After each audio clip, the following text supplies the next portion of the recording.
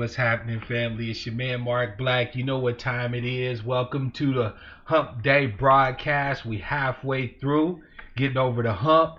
I appreciate all of you for showing up today. I appreciate the opportunity to be here with you today. Thank you all for being understanding about Saturday. I'll talk a little bit about it today during this broadcast. Most of my angry black sheep, my trues, my fellow herds people, they know what's cracking, but just, informing people who may be wondering what's going on or whatever. But today, we're just going to talk about some general topics. I want to speak a little bit on the situation with the settlement in the Breonna Taylor case and a few other things. We're going to talk about Netflix and the cuties thing. So we've got a few things to talk about, and I'm gonna open it up. If you have a question or a topic that you want me to address, hit the super chat. Make sure to highlight it so I'll note it. Because as you all know, I go through the chat, but when y'all get swinging, sometimes I can't catch everything. If you have something you really want me to discuss, you don't have to put heap of gobs of money out there.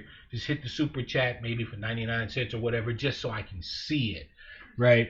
And if you haven't already thought about doing so, take a look there at the top of the screen. That banner there is all the supporting members of the channel. Extra special shout out to all of them: Sister Rhonda Brown, Sister Black Magic, Brother Miss Mora, Sister Denny, Miss Denny's in the house, Cool Unk, Sister Taj. Right. So shout out to all the supporting members, and membership has its privileges. For those of you who are supporting members, I've already put up one video. I don't know if you've seen it. Please make sure to go check. That's yours, and I want you to have that information, right? So make sure that you take advantage of what your membership has to offer you. So without further ado, let me go in the chat here and say what's up to everybody. Double C's came early on the scene. Soul was in the house. Happy hump day to both of you. Darker Visions, of course, is in the house. Welcome to the broadcast, fam. Engaging Black is in the house. Namaste to my esteemed family. John Anderson, love you. Welcome to the broadcast, and happy hump day to you. Brother Black Man, you know what's good, fam. What it do? Gold Professor is in the house. Michael DeJohn Moore is in the house. Black Magic and Sister Taj are both in the house today. Welcome to the stream, fam. Welcome to the broadcast. And Andre is in the house, repping ADOS and FBA. Glad to have you, fam.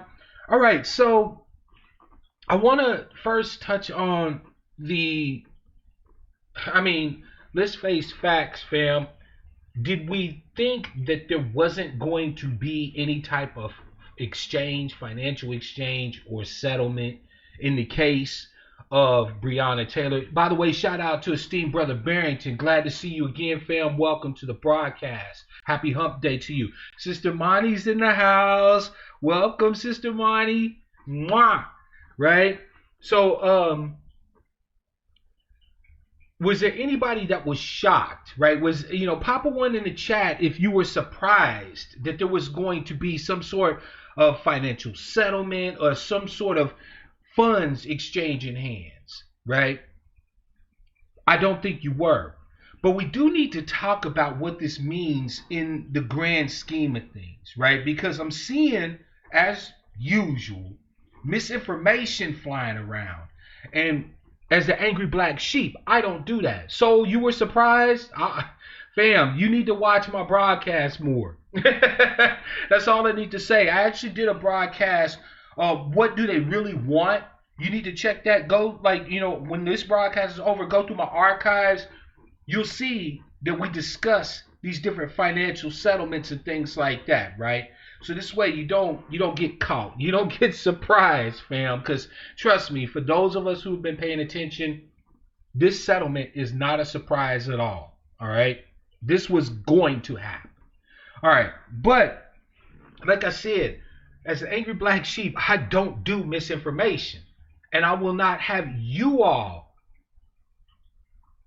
trafficking in misinformation or being exposed to bad information. So let's talk about the settlement. First of all, it looks like the settlement was quite substantial. I saw an amount of $8 million or something like that. I'm going to do a quick search here and I'll bring up some information on the teaching screen.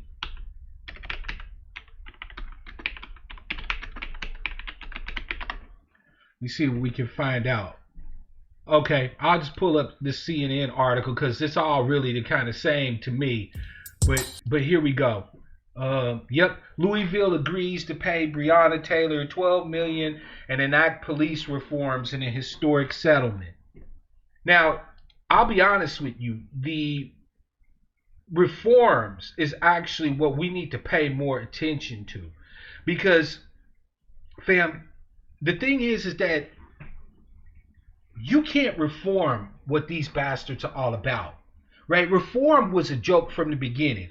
How many times have we heard upon the murder, extrajudicial execution of one of our brothers and sisters that they're going to make some changes? We're going to see reforms. We're going to see them do better. They're going to get better training. The DOJ is going to come in with dissent decrees and so on and so forth, right? We've heard all the talk before about reform, but strangely enough, that reform never stops them from fucking killing us, right? So we need to pay attention. We need to really pay attention. Even those of us outside of Louisville, we need to pay attention to what our people are going to face there in Louisville as a part of these reforms, okay? But as you can see, $12 million, all right? Not a surprise, not a shock. Now, let's make sure that we get clear what this actually means. Benjamin Crump is not a trial attorney. Benjamin Gump is a goddamn ambulance chaser. He's a glorified ambulance chaser. He's all about getting whoever it is he's representing to the table so that checks get cut. The moment that people like Shiza, Esley Merritt, right, Benjamin Gump get involved in a case, you know ultimately there is going to be a bag that exchanges hands. That is what they do. Benjamin Gump wasn't there to ensure that this thing goes to trial and these cops are held accountable. Nope, that was not what he was in it for. That's never going to be what he's in it for. He's in it to get the people's family and the jurisdiction to the table to get the fattest bag possible. Now, that of course makes sense. He gets paid when they get paid. I had a personal injury once, right? I actually had a slip and fall. And I sued the people for my slip and fall, right? They actually had damaged stairs. And I slipped on these stairs in the ice, on these stairs. One of the stair tiles cracked. Boom, I hit the ground and broke my right leg. All right, so I sued these motherfuckers for my leg being broken in the whole 9 yards, my doctor bills. I had a blood clot that developed in the whole 9 yards. So for a year after that, I'm taking blood thinners and shit. I sued these motherfuckers. And I went and got an attorney. Now, the standard agreement that I've seen with most of these personal injury attorneys, these attorneys that help you to get the bag, is they get 33 1/3. Right? So let's say you get, $100,000 in a settlement with anybody. If they represent you, they get 33. Now, if we're talking 12 million, 8 million, blah, blah, skippity, right? How much money you think Crump get just for traveling down there, doing a few press briefings and sitting across the table? This man makes millions every time one of our people's body drops and we employ his services. So why wouldn't he want to be there? Why wouldn't he want to encourage the family to run to the table for a settlement? Of course he does. Time is money, friend. Right? He ain't down there on no altruistic, let's get justice for the people type shit, unless you mean justice incidentally as, some form of repayment for the lost potential, right, of our sister's life. If you mean justice kind of in that sense, then yeah, I guess. But he ain't down there for no real justice. Stop expecting Gump and company to be a part of any type of attack on law enforcement. They're never going to, Benjamin Gump is never going to encourage the family to come out and be strident and be bold and say, if these cops don't fucking hang, we will burn this money. That will never be him. That will never be him. Because if the cops actually were accountable to us, right? In other words, if they feared us enough to stop fucking killing us, Gump's out of a job. Esley Merritt's out of a job. You do realize this, fam, right? Like, I need y'all to get this. This isn't rocket science. Gump, Merritt, all the rest of them, all these, Sharpton, all of these so-called civil rights folk or civil rights activists, they really don't want any damn thing to change, right? They never want what our actual needs are to be brought to the fore. Our actual need in this matter, what Sister Brianna's family needed, what we need is for these bastards to stop extrajudicially killing us, to stop executing us out in the motherfucking streets. This is what we need. But if we get what we need, they lose the bag. So don't ever expect anything when it comes to talking about justice. When you hear Benjamin Crump, Esley Merritt, and all the rest of them talk about justice, just simply translate that in your head to a fat bag. Say, we are here today demanding, when he says justice, in your head just automatically translate it a fat bag. So what he's actually saying is, we are here today with this family demanding a fat bag. And then you'll never get caught flat-footed. Because you hear them use the words, you hear them speak the rhetoric of justice, but that's never what ends up happening. Now, to dispel a quick bit of information, this isn't the end of the matter with our sister Breonna Taylor. Not at all. And I need y'all to understand that too, right? Is it a shame that a lot of these families, this is where the whole shit ends? Yeah, it's a huge shame. It's a disgusting bit of fuckery that these people are so willing to get their own individual or personal bag that as soon as they cut the check, fuck justice for the rest of us. Yeah, it's a travesty. But in this particular instance, this is just the civil piece of it. Remember I said, a civil addressing of this, nobody was going to go to jail anyway, right? In a civil court, unless you're held in contempt of court by a judge or something like that, you never actually see the inside of a jail. This is just civil shit.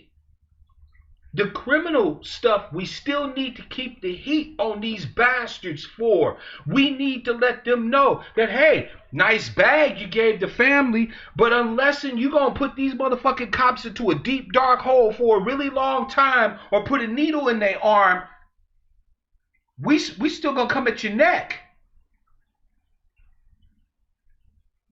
The criminal piece still has yet to be addressed.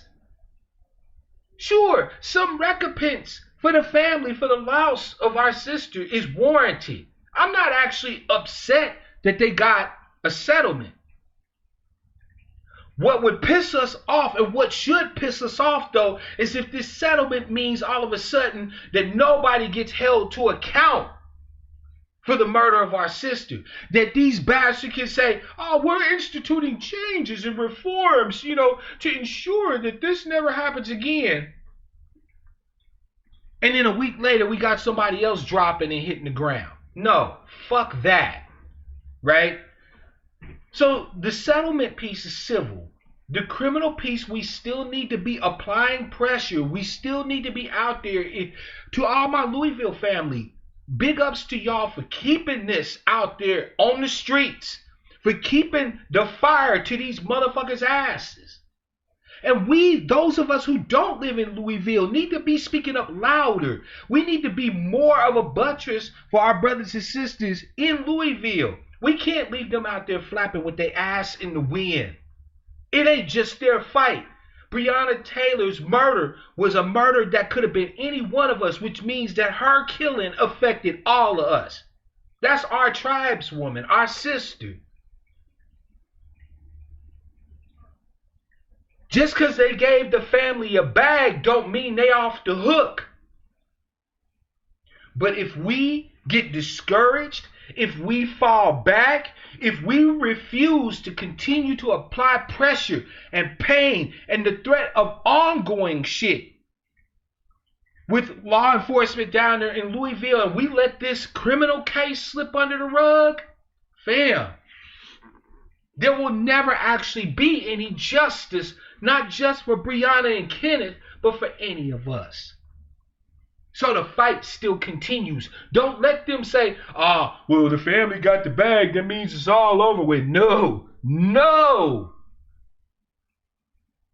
Family, in these cases of extrajudicial executions, these murders at the hands of these pigs what call themselves law enforcement, this shit is bigger than just any one family. It's bigger than just any one individual.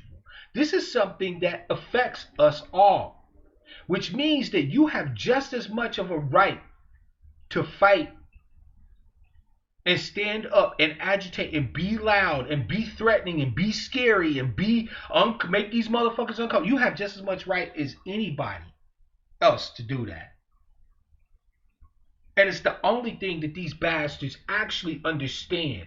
Sure, paying off the family, they're hoping to shut us up. They're hoping that they can quietly sweep the criminal case underneath the rug and not even have to think about pressing charges on these cops. No, I say that if they don't hit these cops with the max, Louisville should burn.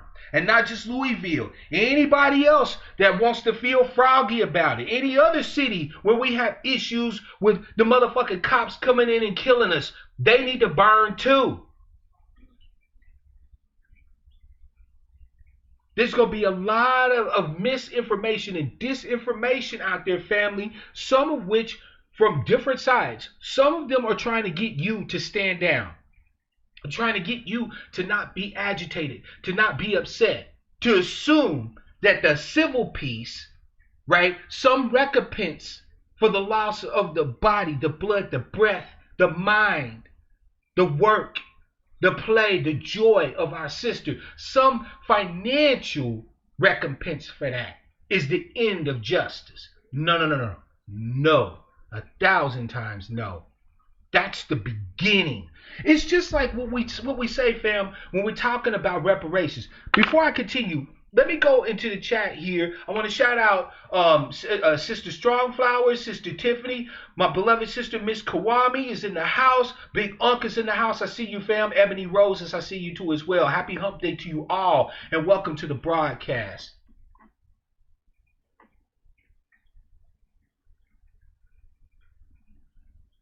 The fact is, fam, is that reparations, when they cut the check, that's just the beginning. That's the start, the down payment on what ultimately will constitute justice for us. It ain't just about cutting us a check and saying, okay, niggas, everything is all good, shut up. There are specific protections that have to be put in place. There are entire ecosystems and structures that need to be dismantled, razed to the ground, burnt to the ground, and rebuilt around justice for us. There needs to be parity in every area of human activity. I'm not talking about just the racial wealth gap. That's the start. We then need to have our reparations addressed in the legal area, in the educational area. Fam, cutting the check is just the beginning. That's the bare bones. So just like that would be bare bones for us if they win and if they do reparations for us, right? This little bag that the family got is a down payment. It's a start. And until we can be assured that there is no citizen, no black citizen murdered in the confines of Louisville by law enforcement, our fight ain't done. Simple as that. Thank you for cutting the family a check. Now what y'all gonna do about these motherfucking killer cops? That's where we all need to be, right there. That is where we all need to be. Great. The family got theirs. Good on you. Now what y'all about to do to these motherfucking cops? The fight continues, fam. So, having addressed some of the disinformation, misinformation around the Breonna Taylor settlement, I hope that I clarified. If you have any questions, by the way, remember, fam, I am a trained paralegal, right? I've studied the law in great detail. I haven't studied, Kentucky's specific law, but if you ask me a specific question about Kentucky law, I'll do the research. I'll look at the statutes and shit. But if you have any questions about the settlement, if there's something you want to know, something you want to examine, pop it in the chat. Right? Hit the super chat so I'll know and I can go ahead and address it. Or if you just pop in the chat or whatever, I'll pick your question out and I'll address it. Right? But I want y'all to be clear. This is the first part. This is the first step. We are not done with those bastards in Louisville by a long shot. You get me? We're not done. Now, before I go to the next topic, I do want to address what happened Saturday. So, for those of you who are unfamiliar, I've had an ongoing issue somewhere since around like 2018, and I believe that it's something autoimmune, right? I'll have, like right now, sitting here talking to you, I've got muscle spasms all over my body. You can't see it, right? I'm not sitting here, shaking like an epileptic or nothing, but my muscles in my body are always constantly spasming and twitching, right? Everywhere. Legs, arms, back, etc.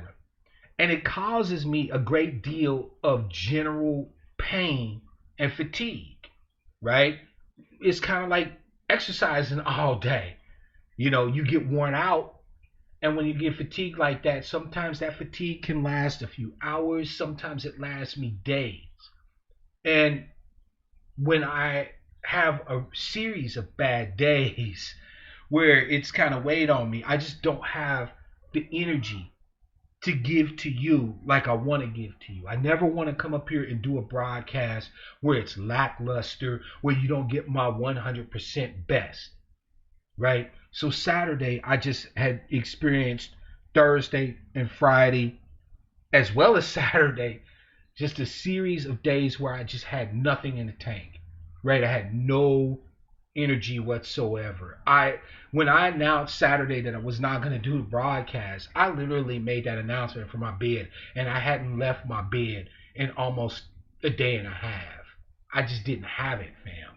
And so I want to make sure that for those of you who don't know, right, I always endeavor to bring you solid information, bring you high energy. Thank you, fam. That's a hell of a compliment. Looking like Kratos. Yeah, I trimmed up the beard a little bit. You know what I'm saying? I wanted to look proper. You know what I'm saying? Cut the hair, because I keep my hair cut short, right? Sister Alma's in the house, by the way. Welcome, Sister Alma and Mr. Too Opinionated. Glad to see y'all, fam, and happy hump day to you. But I just wanted to let y'all know that I am not going to quit. You understand? Brother Black is never going to quit on you, okay?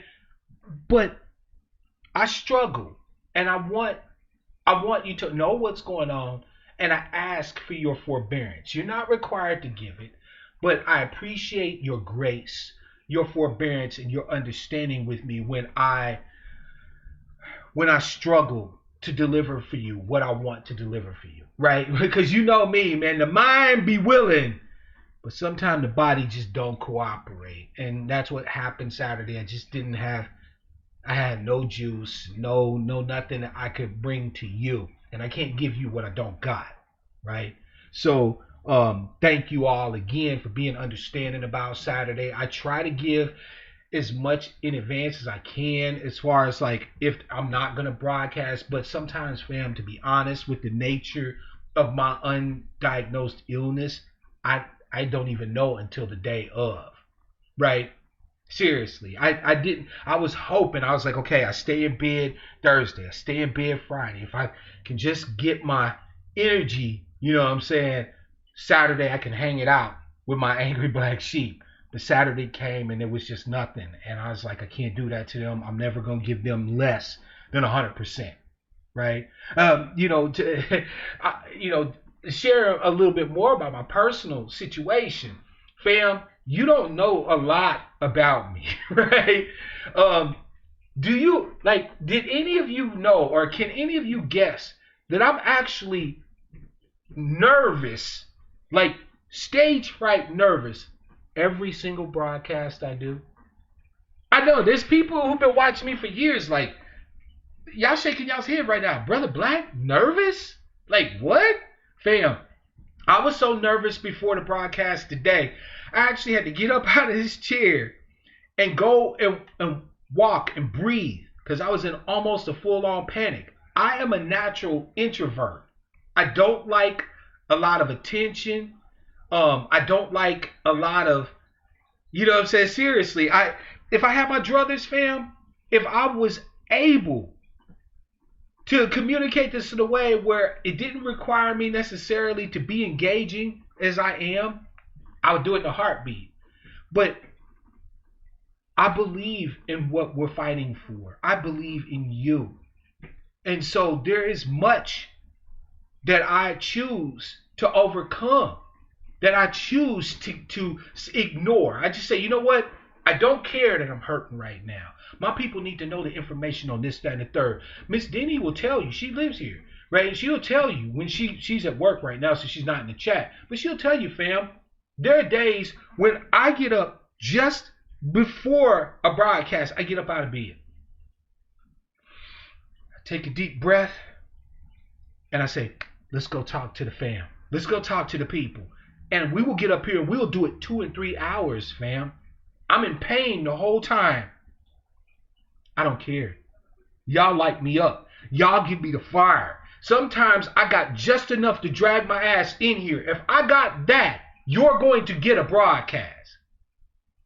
No bullshit, fam. You are going to get a broadcast. If I got just enough to get my ass up out of bed, you're going to get the information from your brother. You're going to get that excitement from your brother. You're going to get that fire you need, that juice you need, that information you need. If I got even the tiniest bit, it belongs to you. Thank you, Sister Monty. That actually makes me feel great. That's why I'm sharing this stuff with you. Because I want you to understand that there's a lot of folk who will come to you and bring you information, who bring you inspiration, education. They uplift you, right? Ask yourself sometimes, what does it cost them, right? I'm not talking about just money. I've put in a little outlay for equipment and stuff like that.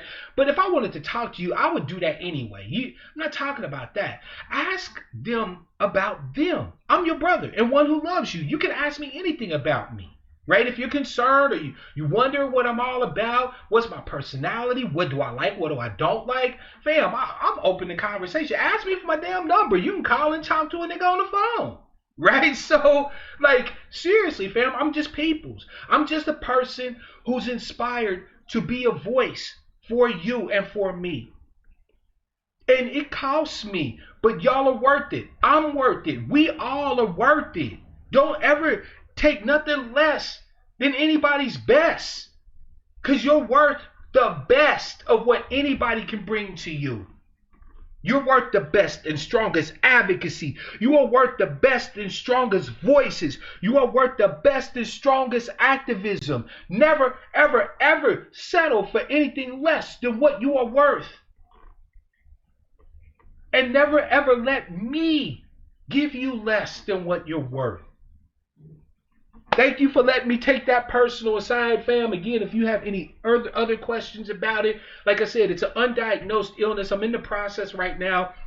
I've been poked, prodded, examined. They don't know. I'm thinking it's autoimmune, right? Meaning my body's doing something to itself. I don't know what it is. All I know is I face it. And I face it every day with a smile on my damn face and, fire in my heart, right? There's nothing we can't insurmount as a people. We come from the baddest motherfuckers that ever lived in this country. There's nothing we can't surmount. There's nothing we can't get past.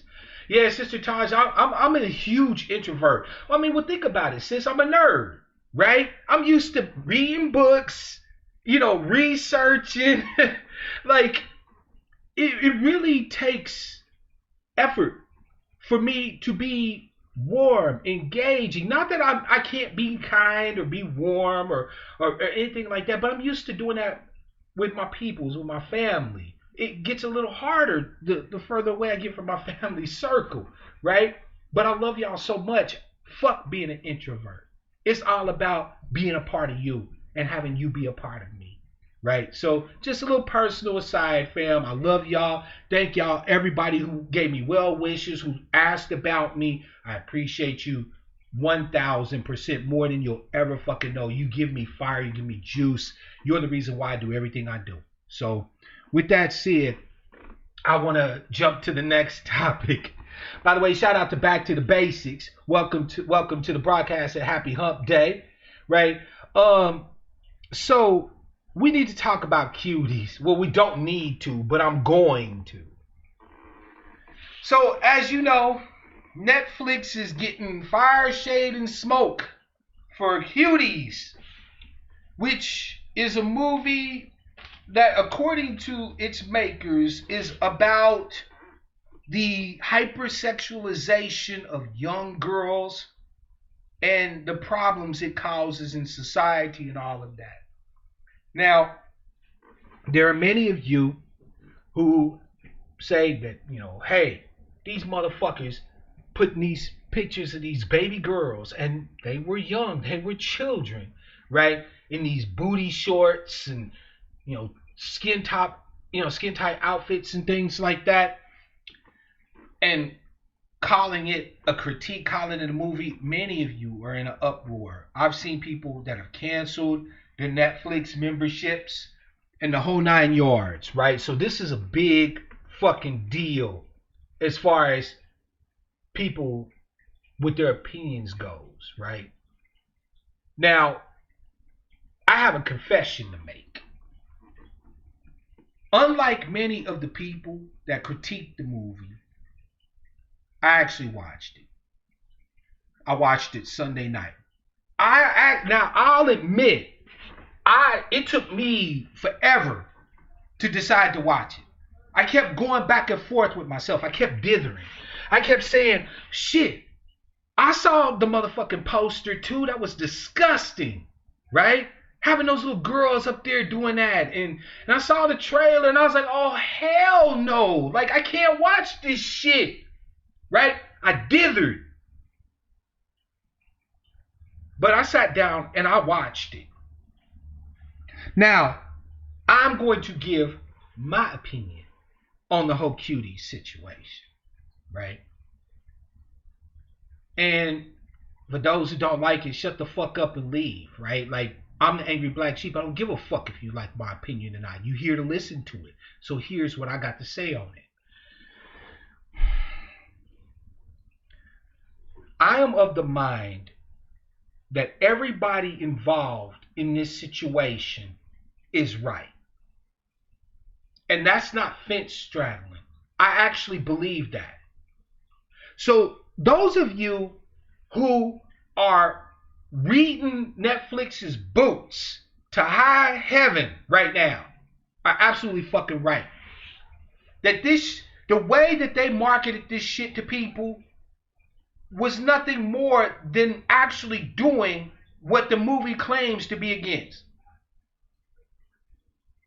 Because, see, fam, we weren't the only people this movie was marketed to. I hope you understand that. Netflix has It's little operations all over the globe. So people all over the world were exposed to this movie. First of all, the movie's French, right? The name Cuties is a translation of the French title. I don't speak French, right? So I don't. It starts with an M, but the movie's M something, and it translates into English just like cute little ones or cuties, right? Okay, so it's a foreign film, right? It's all in French. It's subtitled in English, so you can understand what the fuck is being said in the whole 9 yards. Now I'm gonna have to give a few spoilers, right? So if you want to go see it, you can shut Brother Black off for the next few minutes while I describe the movie, right? Put this bitch on pause if you're watching it on the re-up. But I got to give a few spoilers to help you to understand where my stance is on this whole thing. Basically, there's this young African girl, right, whose family immigrated to France. I think she's Senegalese, right? Because according to the movie, she spoke Wolof, or her family spoke Wolof. She's from Senegal, right? And her mother are there in France. Now, her father isn't there, right? He's alive. He ain't dead or nothing. He just isn't there with them.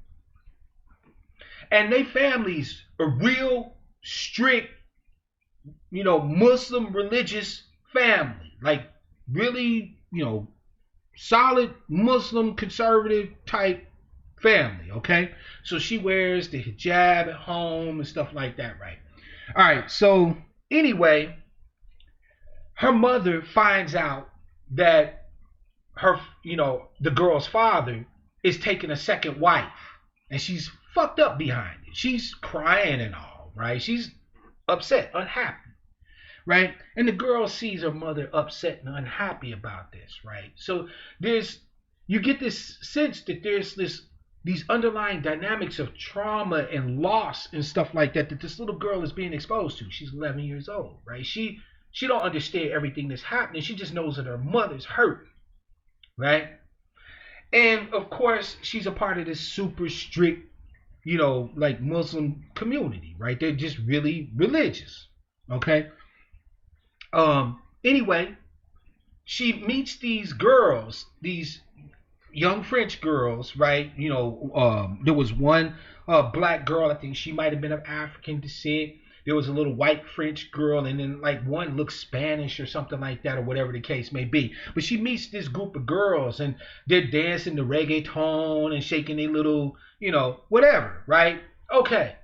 And she really like takes to them and is trying to like be engaging with them, trying to make friends and stuff like that.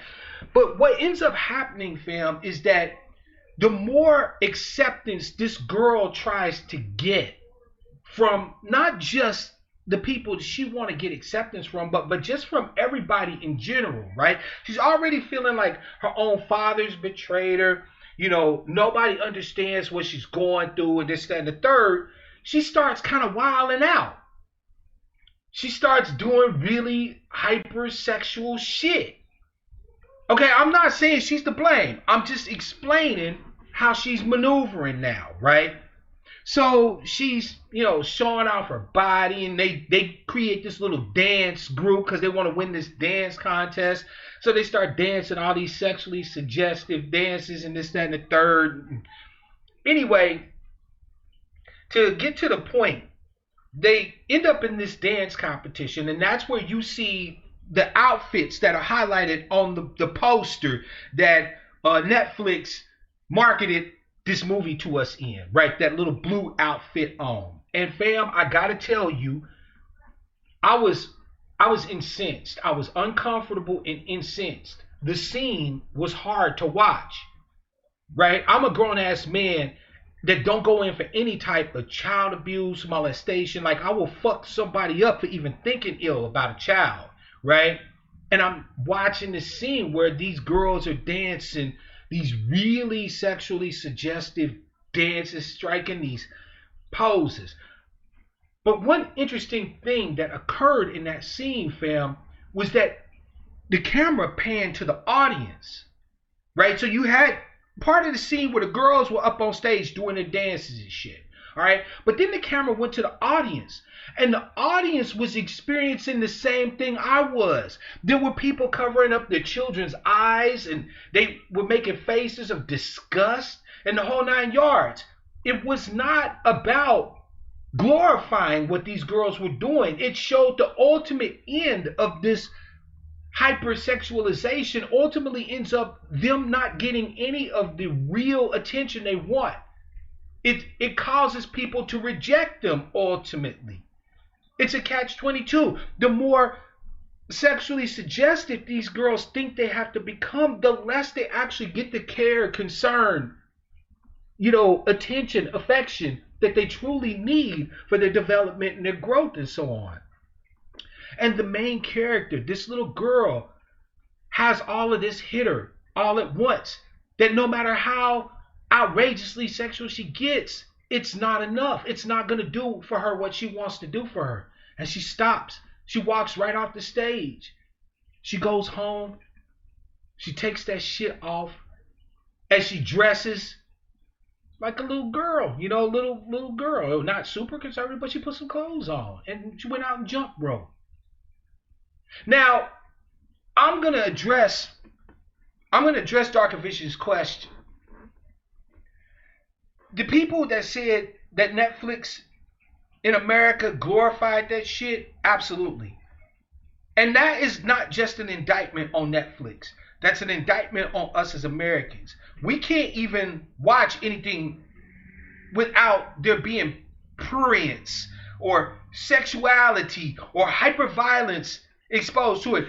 Can't nobody put out a poster no more with just a picture of the main actor and the name of the movie on the shit, and we like, ooh, that's so and so. I'm gonna go see that. No, it's gotta have laser beams blowing up bridges and shit, and it's gotta have somebody on there with their boobies hanging out and this and the third. Like, so part of it just has to do with the fact that Americans are so goddamn jaded about everything that you have to literally put shit like right in our face before we say, oh, that looks interesting, maybe I'll go see that. So part of that's on Netflix. Part of that, I believe, is on America.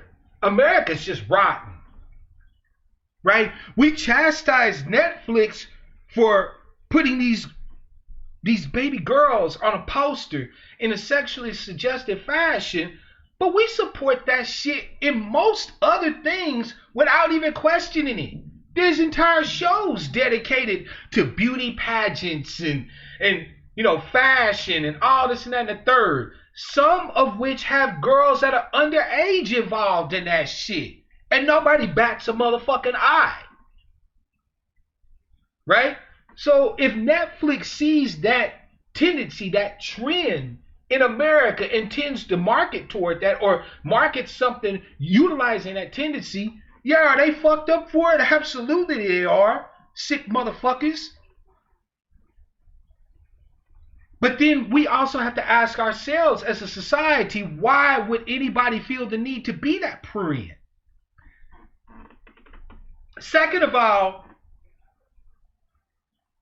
let's keep it a full-ass buck, shall we?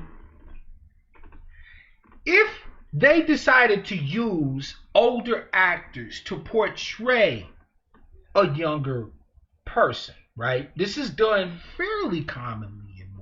Right? Like for any of you who are fans of the American Pie series, right? Hit a 1 in the chat if you watch those American Pie movies. I've seen them all. They goofball, crazy high school white people movies, right? I've seen them. We all have, I think, right? Those American Pie movies, these kids are in high school, right? But all of the actors are adults. Okay? Every single one of those actors that were playing those roles, those high school kids, were all grown-ups. Okay? So people are saying, well, shit, did they have to use little girls to highlight the problem, the issue of hypersexualization of girls?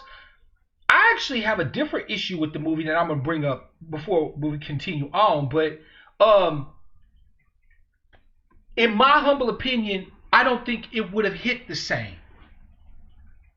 If you took a regular kid, like a regular, or I should say, you took an actor who looked like a kid, and put them in the place of a kid, you know that that actor is not a kid, right? Depending on who the actor is, you can look on IMDb and you be like, oh yeah, you know, they was born in like 87. That's not no goddamn kid, right? You know what I'm saying? They just look hella young. Okay.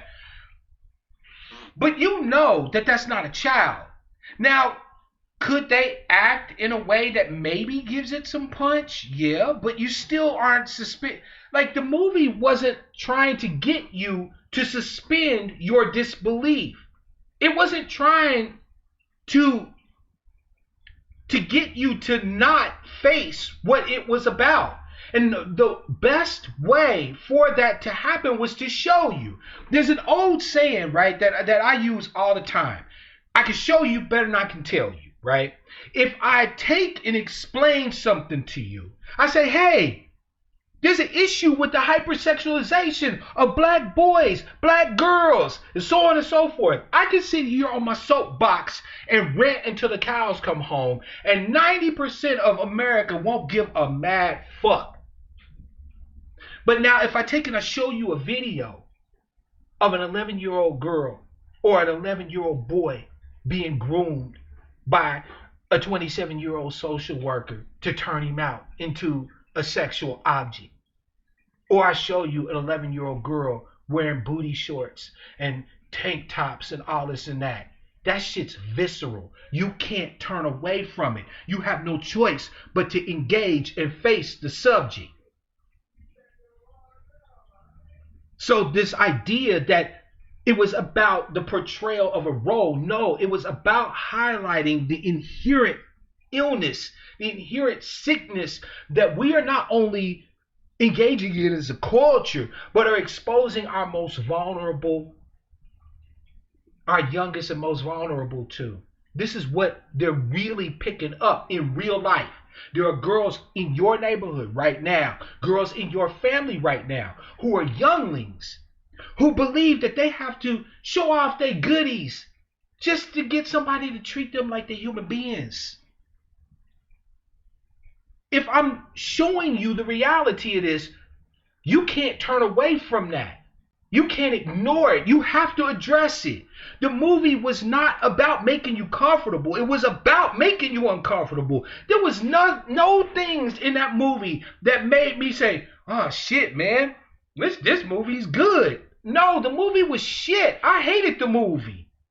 But did they highlight the topic?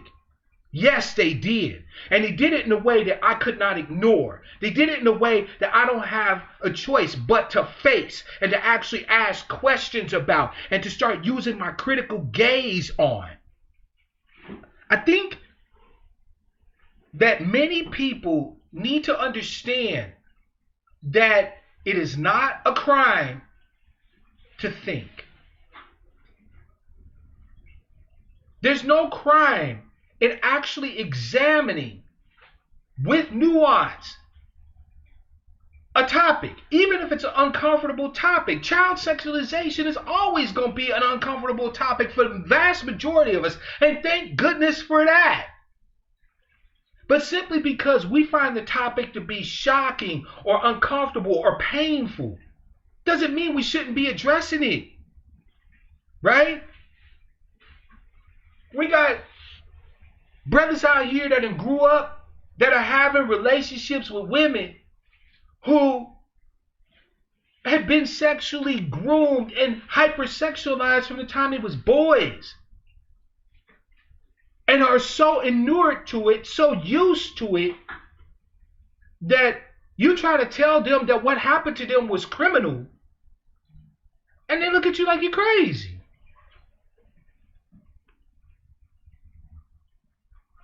AJ, shout out to you, fam. Welcome to the broadcast. AJ said, I watched the film. How is it grown folks can't understand the movie was pulling back the veil to examine what's really going on with young girls? Boom! Like, I'm actually shocked, to be quite honest, at the level of, okay, I tell you what. There are those of you who say, I don't need to watch it to hate it. Okay, you're absolutely right. You don't need to watch the movie in order to be like, that's some bullshit. Okay? But I also am not obligated to consider your opinion in any motherfucking way. Your opinion is just like an asshole. Everybody got one, and some of them stink. I don't think you individually would be sitting there advocating or glorifying child pornography just by simply watching a movie that you're already not in support of. What really intrigues me about the outrage of this whole thing, and I'm just gonna keep it a buck, is that a lot of motherfuckers is telling on themselves. That's real talk. I truly believe that some of this outrage, now there's the manufactured outrage, right? There's the I'm mad because this person I really like and listen to and support, they mad about it. So I'm going to be mad with them, right? Okay, I get that, right? You know what I'm saying? It's the herd thing, the herd mind. I understand, okay? I understand there are people that just simply cannot, through their own personal trauma and things like that. I understand that there's people who cannot engage this movie, right? If you've been a young woman who experienced being hypersexualized and you still are struggling with the trauma of that experience, I don't recommend you watch this movie. First of all, it's not for you. You get the message. You know the harm that comes from being hypersexualized at too young of an age, right? This movie's not for you, okay?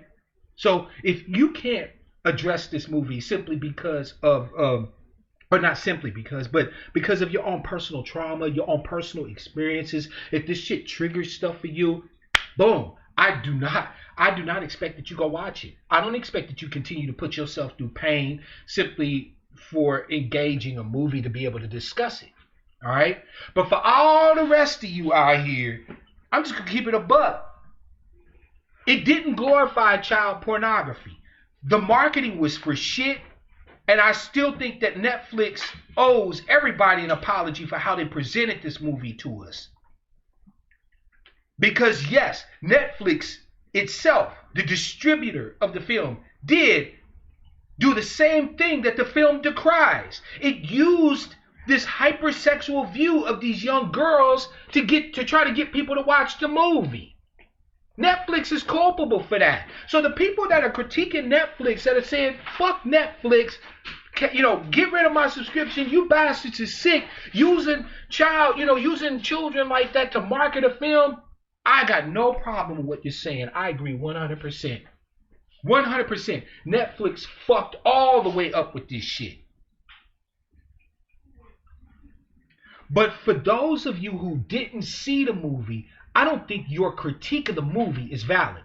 You can critique the marketing piece, because that's out there for everybody to see. You don't have to go anywhere to see that, fam. You don't have to, go anywhere or spend the time to investigate that. The marketing's out there. And the marketing was absolutely fucking shit. But if you ain't seen the movie, shut the fuck up. Sorry, I don't care if you think it glorifies hypersexuality in children. You can think that shit all day. But if you didn't watch it, you don't know. So shut the fuck up. Nobody cares about your opinion. I actually thought that the movie was bad. I'm not gonna lie. I didn't like the movie, if that makes any sense. I thought it got its message across. But the main character to me just wasn't that relatable, right? In other words, I never felt like that I was in her world. I always felt like an outsider. And I'm sorry, but in a movie where you're trying to highlight a social ill, you want people to be as invested in the main character as you can get them. And I just never got there. I don't know, maybe it's because I can't really wrap my head around what it's like to be, an 11-year-old Senegalese girl, but, whatever. I wasn't there. So I didn't like the movie. I didn't think it was a good movie. Did I think it get its point across? That the hypersexuality of children, truth be told, because that was the biggest problem I had with the movie, is that we see all these movies where everybody's pointing the finger at hypersexualization of little girls. We don't never see no movies where little boys are being victimized and shit. We never see that. And y'all know I'm an advocate for black boys because nobody fucking advocates for them. So I had my ass on my shoulders because I'm like, damn, I'd love to see a movie like this where it was talking about how black boys are hypersexualized and have to feel like dicks on light switches in order to gain acceptance and love from their families and their communities and so on. So I would love to see that. Which means nobody will ever fucking make that movie, right? But the thing is that if you didn't see the movie, what the fuck are you talking about? I 100% agree that the Netflix marketing of it was garbage, hot garbage. Hold them to account for that. But you won't even look at the damn film to see whether or not what you think actually is the reality of the circumstance. Mark Black doesn't do anti-intellectualism. I'm sorry, I don't give a fuck about your feelings. I don't give a damn what you think. I care about how closely does what I think correlate with reality. And the reality is that this movie was anything but a glorification of the hypersexualization of young girls. It was anything but. And there was some good scenes in it. Like, I really appreciated the little actresses. They put their hearts into this thing, right? You could actually see there was interesting little dynamics between the girls themselves, right? So you didn't just have these girls constantly shaking their ass and this, that, and the third. There was also the interpersonal relationships between the girls themselves. You dig? So that part was really interesting when they would come together as a group and their little group dynamic. They actually fought amongst each other. Right? These girls would get upset. They were little girls, little preteen girls. They get mad. They would wild out. Right? And there was that little interesting dynamic between them. I didn't think the movie was good. I'm not gonna give it like 12 thumbs up. Did it get its message across? Yeah, I got it. Like, it hit me viscerally. Like a ton of bricks. I didn't need to hear that message. I'm against the hypersexualization of all children. But do I think the movie communicated that well? Absolutely it did. It was anything but a glorification of child pornography and child sexualization and this, that, and the third. The little actresses did the best. They did their best work. And hats off to them. And the movie got the point across. That's what I think about Cuties. Netflix was fucking assholes who committed the hypersexualization that the movie decries. Be pissed off at Netflix. I am. When I watched the movie, I wanted to blow Netflix headquarters the fuck up. I'm like, are you serious? This movie was nothing like what you put on this goddamn poster in the marketing materials. That the whole sexual parts that we all saw as a part of the marketing material made up roughly maybe 15 minutes of the entire movie. Seriously, fam. Seriously. Like, all of the stuff that we saw, the most egregious shit about Cuties, was maybe 15 minutes of the entire movie. That's it. And fam, there were things that were suggested in the movie that would offend many of you even more, right? There were things that were suggested. They weren't displayed. They weren't highlighted. You didn't see anything actually, explicit or anything like that. But if you were uncomfortable with just the thought of the outfits, there were scenes in the movie you won't be able to handle. I know I didn't handle it well. I was like, good Lord. So yeah, Netflix fucked up. They marketed this movie to Americans on some old kiddie porn shit.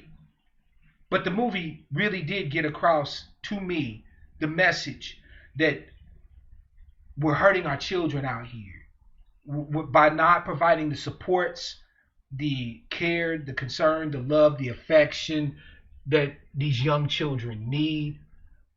We drive them to commit acts that only hurt them. And that's a truth. That's a reality, fam. We've discussed that many times on this channel. How our culture, how black child rearing is poisonous. It's toxic to black folk. We've discussed that 1,000 times. We know that we're not raising our children in the best fashion. We're not creating the most supportive environments for them. And then we got the nerve to chastise them when they express pathologies. But you're setting up the environment to create these pathologies in them. You're making it to where a young black boy who's sexually assaulted or victimized by an older black woman is told, you a man now. That's my boy. You grown. Getting you some trim. Right? You create the environment where a young girl, in order to get the care, the love, the concern, the attention that she's seeking from the people that are important to her, her mother, her father, her family members, her community, and so on and so forth, feels like she got to strip all the way down to nothing just to get y'all to look at her. That's a real issue. That's a real fucking problem. We don't get to ignore that just because we don't like the vehicle by which somebody highlights that problem. So go see the movie. Get your ass off your shoulders. Netflix fucked up, but the movie's worth watching. That's my take on Cuties, right? And I'm sorry that took so long, but I couldn't believe it. I was watching, social media lose its motherfucking mind. Netflix is on some child pornography type shit. It's Pizzagate. All this other shit. No, it's not. Netflix, when they marketed the movie over in Europe, the movie poster that they put over in Europe just had like 4 little girls on it walking down the street. Americans couldn't have got that same damn marketing poster and marketing material, right? Like, it wasn't like Netflix didn't know how they could market this in a way that would encourage you to watch it, but without necessarily sexualizing the 4 young actresses that starred in the movie, right? But the movie is worth seeing. It tells a message that we all need to pay a whole lot more attention to, fam. Seriously. AJ Walker said the dance sequence had to, the audience, man, fam, I'm telling you, the audience, when they panned away when they did a cut, so the girls on stage dancing, when the camera cut away from the girls on stage and looked at the audience, the level of disgust and shame in the audience was palpable. Like, that shit made me super uncomfortable. I'm like, God damn, like, I feel them. Seriously. I mean, the movie is not good. If you're looking to just try to understand the topic watch it. I'm not giving you the thumbs up to go watch it. You know what I'm saying? I'm not saying, it's the must-watch film of the year or whatever the case may be. But, man, if you watch it, fam, don't feel like that you done just made a compact with Satan because your ass just went to go see Cuties. It really wasn't that deep. It really is not that deep. Sorry, it's just not. And John said, I haven't seen it. I'll discuss it, discuss with them for any insights on the subject. And you know what, John, I think that's fair. I think that we should be having the conversation. I don't think the movie needs to be there for us to be having these conversations. As you well know, John, right? I'm all for having a conversation on how we're creating the environment for the next generation of black kids, right? So I'm right there with you. You feel me? Easy Be Easy said, I can't watch that. You know what? That's fair. I understand. I'm not expecting you to go watch it.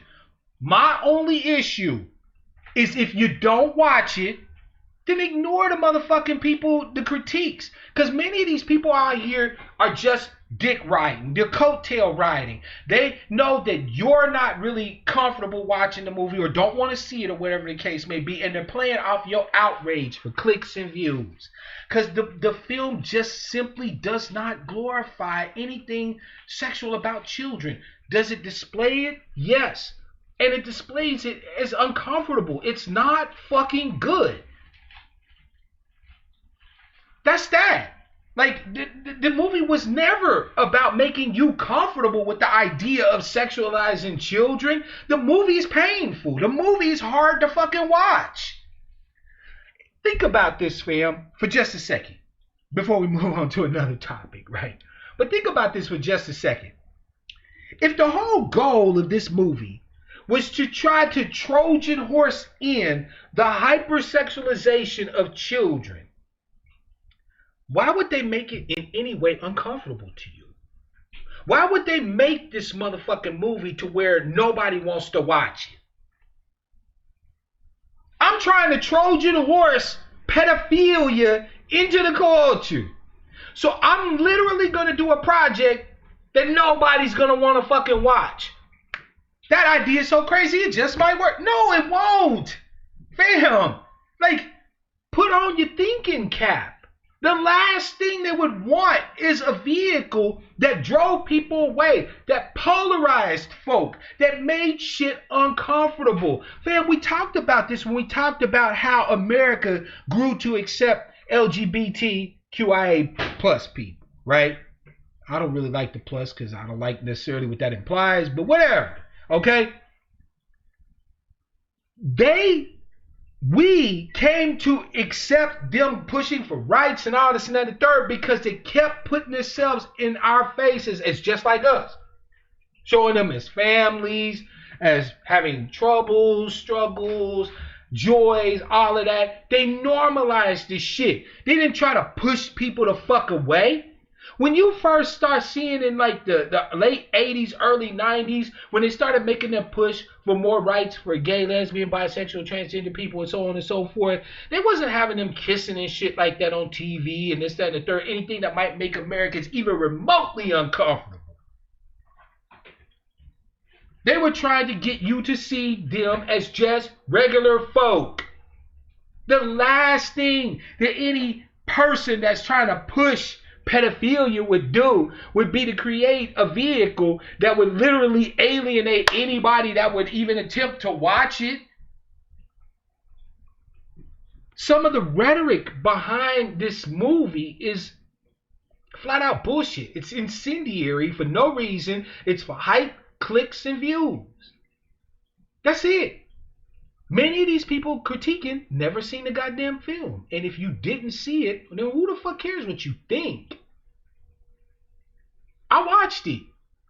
I'm like AJ. I sat here for a week dithering back and forth. I'm like, damn, nah, man. And then I see the mark. I'm like, you know what? I'm gonna check it out. Because I'm that type of person. I want to see the information. Then I'd see the marketing material again. I'd be like, nah, fuck that. I can't watch this shit. I can't. Fuck Netflix. I can't. Right? I literally spent a week dithering. And then I'm watching people go back and forth on social media. Some of them saying, hey, this is one of the most unique movies ever done. Which it wasn't. It wasn't that good a movie. I'm sorry. The little actresses, I give them props. They were decent. They were real decent. Especially for kids. I was impressed by them. I couldn't really engage with the main character. But I thought that the little actresses did really well. All right, so shout out to them. But the movie was not that good. It was not a good movie. If you never see it, I don't care. You ain't really missing nothing. All right. So you had some of the people saying it was like the most, avant-garde. It's so brave. That whole fake woke shit where anything that even remotely might make somebody uncomfortable is the best thing ever done, right? Okay, no, it wasn't that. But it also wasn't this full-on, full-frontal Trojan horse introduction of pedophilia and child pornography into our country either. It wasn't that either. It was none of that. There are two things that are existing at the same time and are both mutually true. Netflix marketed this video really fucked up to us, and the movie is a message movie, and it gets its point across. It is not a glorification of anything. That's the truth. Now you can say Mark Black, this nigga here, man. I don't care. Say what you want, right? But I saw it. I watched it. I have an informed opinion. You don't. Fuck, I care about your opinion. I really don't. And fam, you guys need to start being like this more. There's a lot of folk who will come out here and talk to you, and they'll use incendiary rhetoric to get you head up, right? To get you heated. Hoping that you won't think for yourself, that you won't go and investigate, right? Like if you did go investigate and you saw cuties and it was a full-on glorification of child pornography, then when you open your mouth and you ran it down, you'd be credible. You'd be somebody we should listen to. Why? Because you saw it. You saw it with your own eyes. Nobody had to tell you shit. You saw the whole thing. You were able to lay out scene for scene, minute by minute, where it was a glorification and an introduction, a Trojan horse of child pornography and stuff into our culture. You'd be credible. I'd actually listen to you. You didn't even watch the shit. And yet you got 50,000 hours of video on your channel or a bunch of posts on Facebook talking about, no, I can't ride. I don't do anti-intellectualism. Sorry. It's never going to fly with me. And I think that Netflix marketed to us real fucked up. But the movie is not a glorification in any way of hypersexuality of children or Trojan horse to introduce child pornography into our culture. None of that. That's all false. So that's what I think about Cuties. I want to hear from y'all. You know what time it is, fam. 425-296-1980 is the number.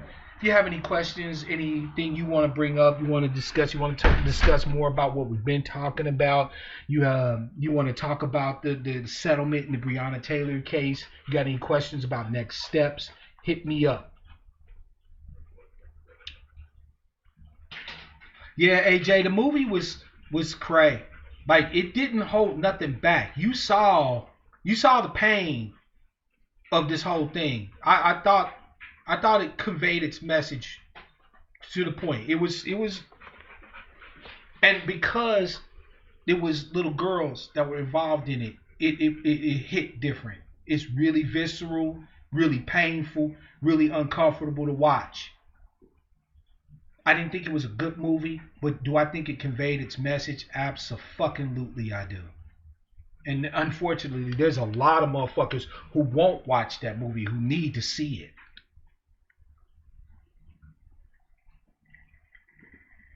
Right? Like, how many of y'all remember the whole JonBenet Ramsey case? That little 4-year-old, 5-year-old girl in Colorado, the little white girl who ended up dead in their family house and shit. Y'all remember that JonBenet Ramsey case? And then they came out and was showing little videos of her at these fashion shows and all of that. Fam, did you think those fashion shows got all shut down after the death of JonBenet Ramsey? Nah, them shows are still on right motherfucking now.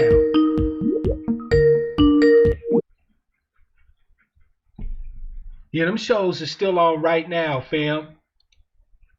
They still on right now. See, the crazy part is that nobody stops this shit. You see what I'm saying? Until we start talking about it.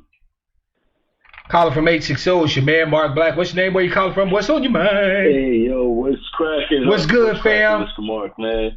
Shit, talk to me, fam. Hey, what you got to say about this Breonna case, man, or about Cuties? About this cutie situation? Yeah, go ahead, fam. What's my opinion about that? Of course. It's funny that you bring it up that they might have messed up with the marketing situation. And the reason why I'm kind of laughing is because I took a foreign film history class, a foreign film class. Yeah. That I take for college. You know, that's one of the prerequisites. Right. And I noticed that how some of the films were very, very different from American film, and I see how far removed how far American theater is way different from the rest of the world. Oh, facts. And how they could, and that's what I wanted to highlight on and laugh about a little bit. And I can kind of see where they kind of messed up on the marketing situation, which is like, wow, that's like a big situation. Like, for example, no different when they from translating something like a phone, like when they had the Go phone or some type of phone, and they ended up not having it translated properly. Yeah. So people end up not buying it because they see that this phone is no good. That's what it translated. I mean, fam, you talk about we live in a culture that is both pious and depraved. Let me explain. Americans love public displays of piety. You're talking about a nation that will look at a Disney poster, see the animation on a Disney poster, and swear up and down they can see dicks and pussies on a Disney poster, and claim that Disney supports pedophilia, right? Even though it's just a damn drawing. Like, I'm not gonna lie to you, fam. I didn't look at the poster for Little Mermaid and thought that I was gonna see a bunch of dicks and pussies on it. Now, if you took and blew something up and then highlighted it and circled it, then posted the PNG up on the internet and said, "See, Disney supports porn," like really, but at the same token, though, so we're super supposedly pious and religious nation, yet to market anything to Americans, it has to be the most hypersexualized, hyper-violent, craziest shit that you could put on a poster just to get people interested in going to see it. You look at movie posters around the world. Yeah, you do have a point. You do have a point when you bring it up like that. That's very alarming that they had to, something that had such a message to that they had to go to that extremes. I feel that, like, also it kind of indirectly it makes a mockery of a serious issue. Not from me from looking at the film, but how they're presenting it. I couldn't agree more. I could not agree more. Netflix made a mockery of a really important subject, right? So by their bullshit ass marketing, whoever marketed, like, set up the marketing for this movie in America should be fired. I'm just going to say it. They should never work in marketing again. Because these people, they didn't know what the fuck they was on. Like, seriously, they was on some fuckery. There was nothing about the marketing material that had a direct correlation to the movie itself. They showed one piece of one scene that lasted for all of like 4 minutes in the actual movie. So the scene where you see them in the little skimpy outfits where they're dancing on the stage and shit, that scene, fam, was literally like 4 minutes long. And it was painful, bro. Seriously, like, I was sitting there with tears in my motherfucking eyes. The audience was recoiling in disgust and shame.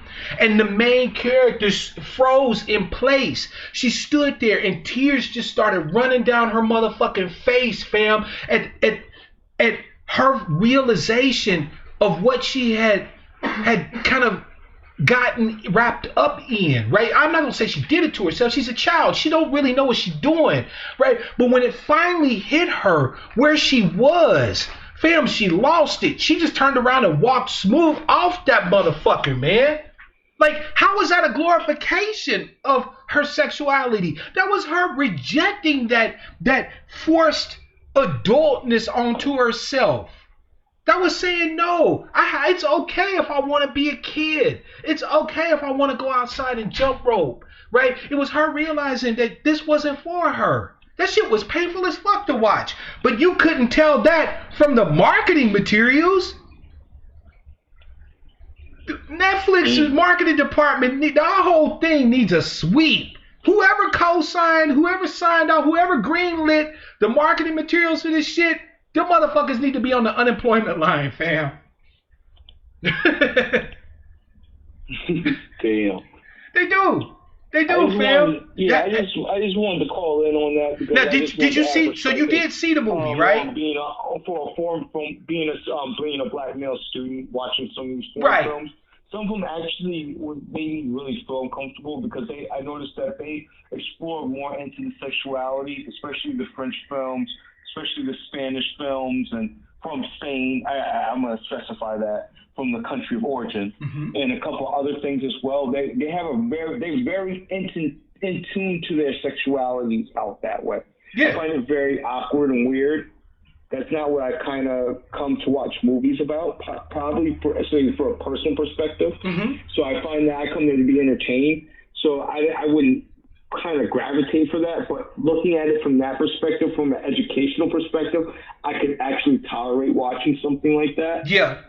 And I'm glad that you did highlight some of the perspectives of that so I can look at it more objectively. Yeah. I mean, I literally, fam, had to take my feelings and kind of stuff them away. I just wanted to give the movie a fair showing in my mind to see whether or not the rhetoric that I had seen was supported by what the movie actually portrays, right? Because I'm, like I said, I don't do anti-intellectualism. Sure, everybody's allowed to have their opinions, but only some people's opinions are valid, right? I don't expect to go to a motherfucking bricklayer and have him tell me what his opinions on Einstein's general theory of relativity is. He's a fucking bricklayer. Now, if I want to know how to, make a brick wall for my yard, I'm going to go to him because he's the expert. You see what I'm saying, right? He's got information that's going to be salient to what I'm trying to do. But what's really happened with this movie is that because the rhetoric has gotten so incendiary that people are now scared actually to watch the movie. There's people I know for a fact that will want to see the movie, right? Who will want to investigate it, but they're going to be afraid because if they see the movie and then they say anything that opposes the general trend of the rhetoric surrounding the movie out there, they're going to be lambasted. I just don't happen to give a fuck. So I don't care, you know what I'm saying? Like, I'll be like, I saw it, and y'all niggas is cracked. And then I'll move on to the next topic, right? But there's a lot of people though who care about that, who care that people are outraged or upset by the movie, and because of that, they won't see it, and that's a shame. I think this leads it leads into that court of opinion of what we have moved into in society as a group. And I think half of it is because of things like the Me Too space and all that other situation where people are more focused on emotions and the court of opinion and the trial of opinion and actually looking at the hard evidence and looking at facts. And a court of opinion is actually considered as fact, which is, I don't know why, but this is the times in which we live in. Oh, I know. I've got my theories as to why that is, right? Because if you think about it, when you have to deal with facts in a trial, right, this means that sometimes people you don't like will not face what you think they should face, right? For example, Nat Turner, Nate Parker, right? Remember the movie that, The Birth of a Nation, right? Nate Parker was putting out a movie that everybody should have went to go see. The support for this movie should have been instantaneous. But because Nate Parker was criticized as having been this sexual victimizer, even though the man was acquitted in a court of law, it didn't matter to the court of public opinion. See, in the court of public opinion, nobody gives a fuck about the facts. They could try you, find you guilty, and cancel you. And they not only can get away with it, but they'll have millions of other people that are riding that bandwagon to do it to you. But if you actually have to investigate things, you actually have to use your noodle. Oh, who fuck wants to do that? Who has time for that? Ain't nobody got time for that, right? So, yeah, fam, I mean, the court of public opinion is the mob. And last time I checked, the mob gets stupider the bigger it gets.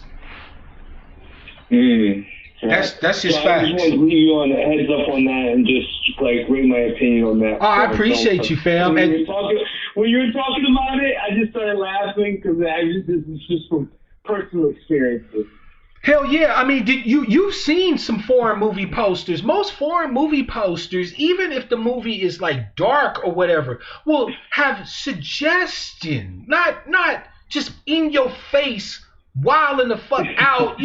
Like if there's a dragon in the movie, you'll see like dark haze on the poster with like a ghostly dragon face in the upper right hand corner with the main character with a shield and a sword. Like foreign films are marketed to people who I think have a tendency to think a little more before they go and see entertainment or, a think piece or whatever the case may be. But Americans are so damn jaded. Everything has to just be so blatant and thrown up in their face before they even show any interest. You feel me? Mm-hmm. So, yeah, I just thought the marketing on this shit was horrible. But the movie, while it wasn't good, if you see it, you're not making a pact with Satan. You're not demon spawn if you go watch this movie. You know what I'm saying? Okay.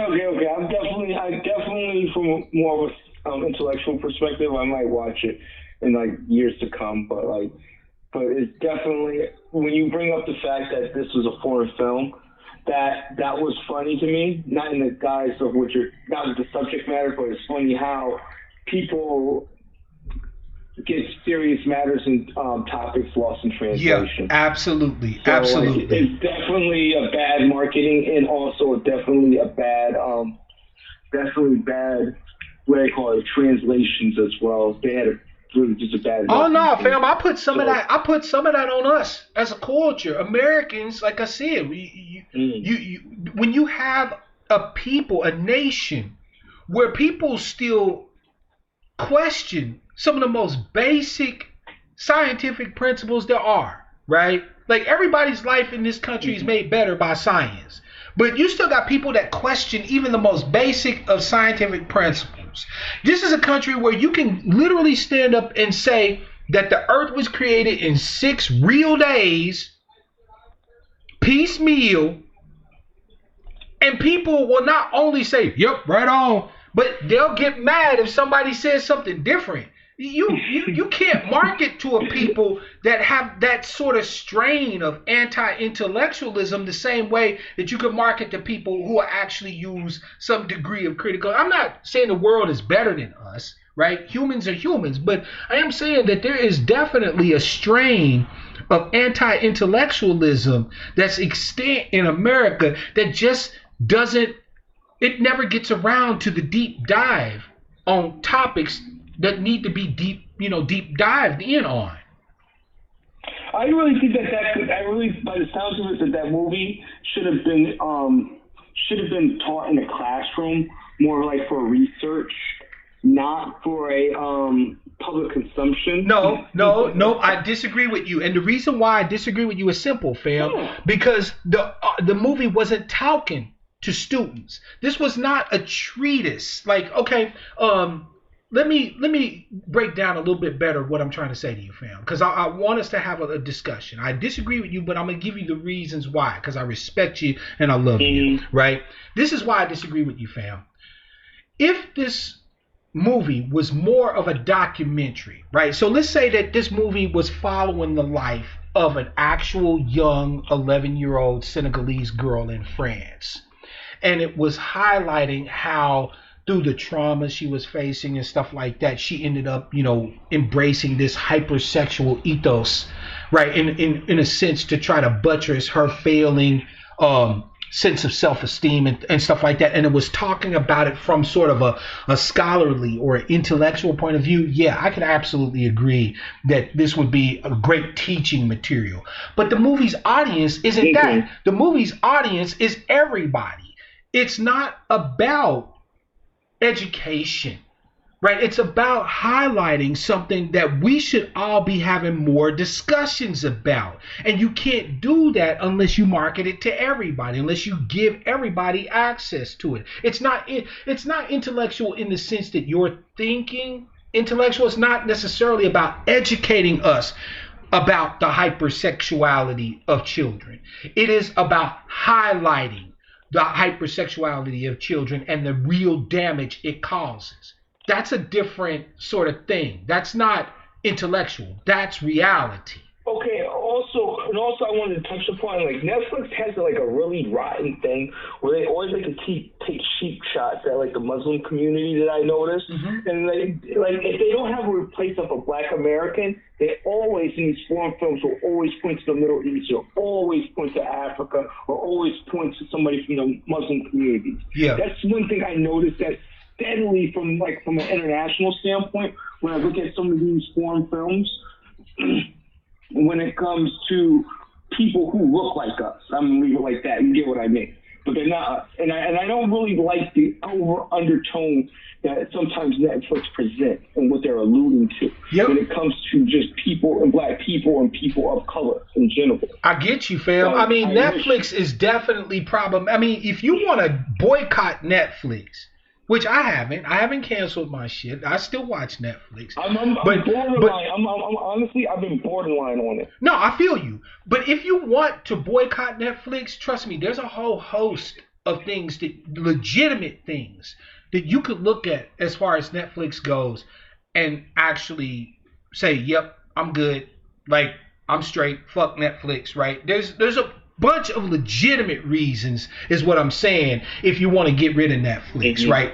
I'm just arguing that Cuties really ain't one of them. The marketing was horrible, but the movie, while I didn't think it was a great movie, it was worth watching. It was painful. The story was told really well. I got the message, is what I'm saying, and that was what I think the director, the writer, and the actresses. Because, like, here's the thing, you know, these were young actresses, but they were still actresses, and I believe that they chose to portray this role, right, in consult with their families and stuff like that, in order to maybe highlight something that these young girls, in their wisdom, might have thought was worth highlighting too, right? Like, I have a problem with us on one hand saying that, you know, children can be exploited and this, that, and the third, and they can be.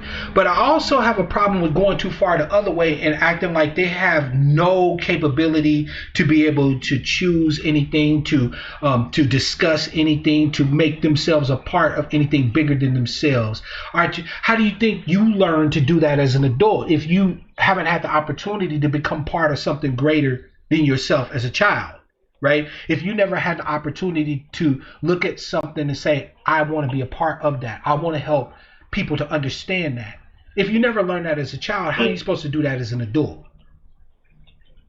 You know, so I try to walk a middle ground between protection of children and also the allowing of growth of children too, right? So, yeah. But nah, fam, you know, you trust me. I understand where you're coming from on Netflix. I watched the shit, so you don't really have to. I gave enough information. I watched a lot of things, like who was they had this other one called The Society, hypothetically. And when it came to minorities and black characters, they had them do the most egregious things. Yep. And these are people that are overseas in Spain and elsewhere. So I'm like, they need to really slow their roll on this shit. But you know what? Anti-blackness is a global thing, right? Like the Pan-Africanists, for as much as I deride them because of their disrespect of my unique blackness, my unique lineage and unique heritage, they're not wrong when they say that anti-blackness is worldwide. It's universal. You can go anywhere in the motherfucking world and see anti-blackness. Hell, everybody talks about Latinos are our brothers and sisters. Bullshit. You want to see anti-blackness? Turn on Telemundo or Univision.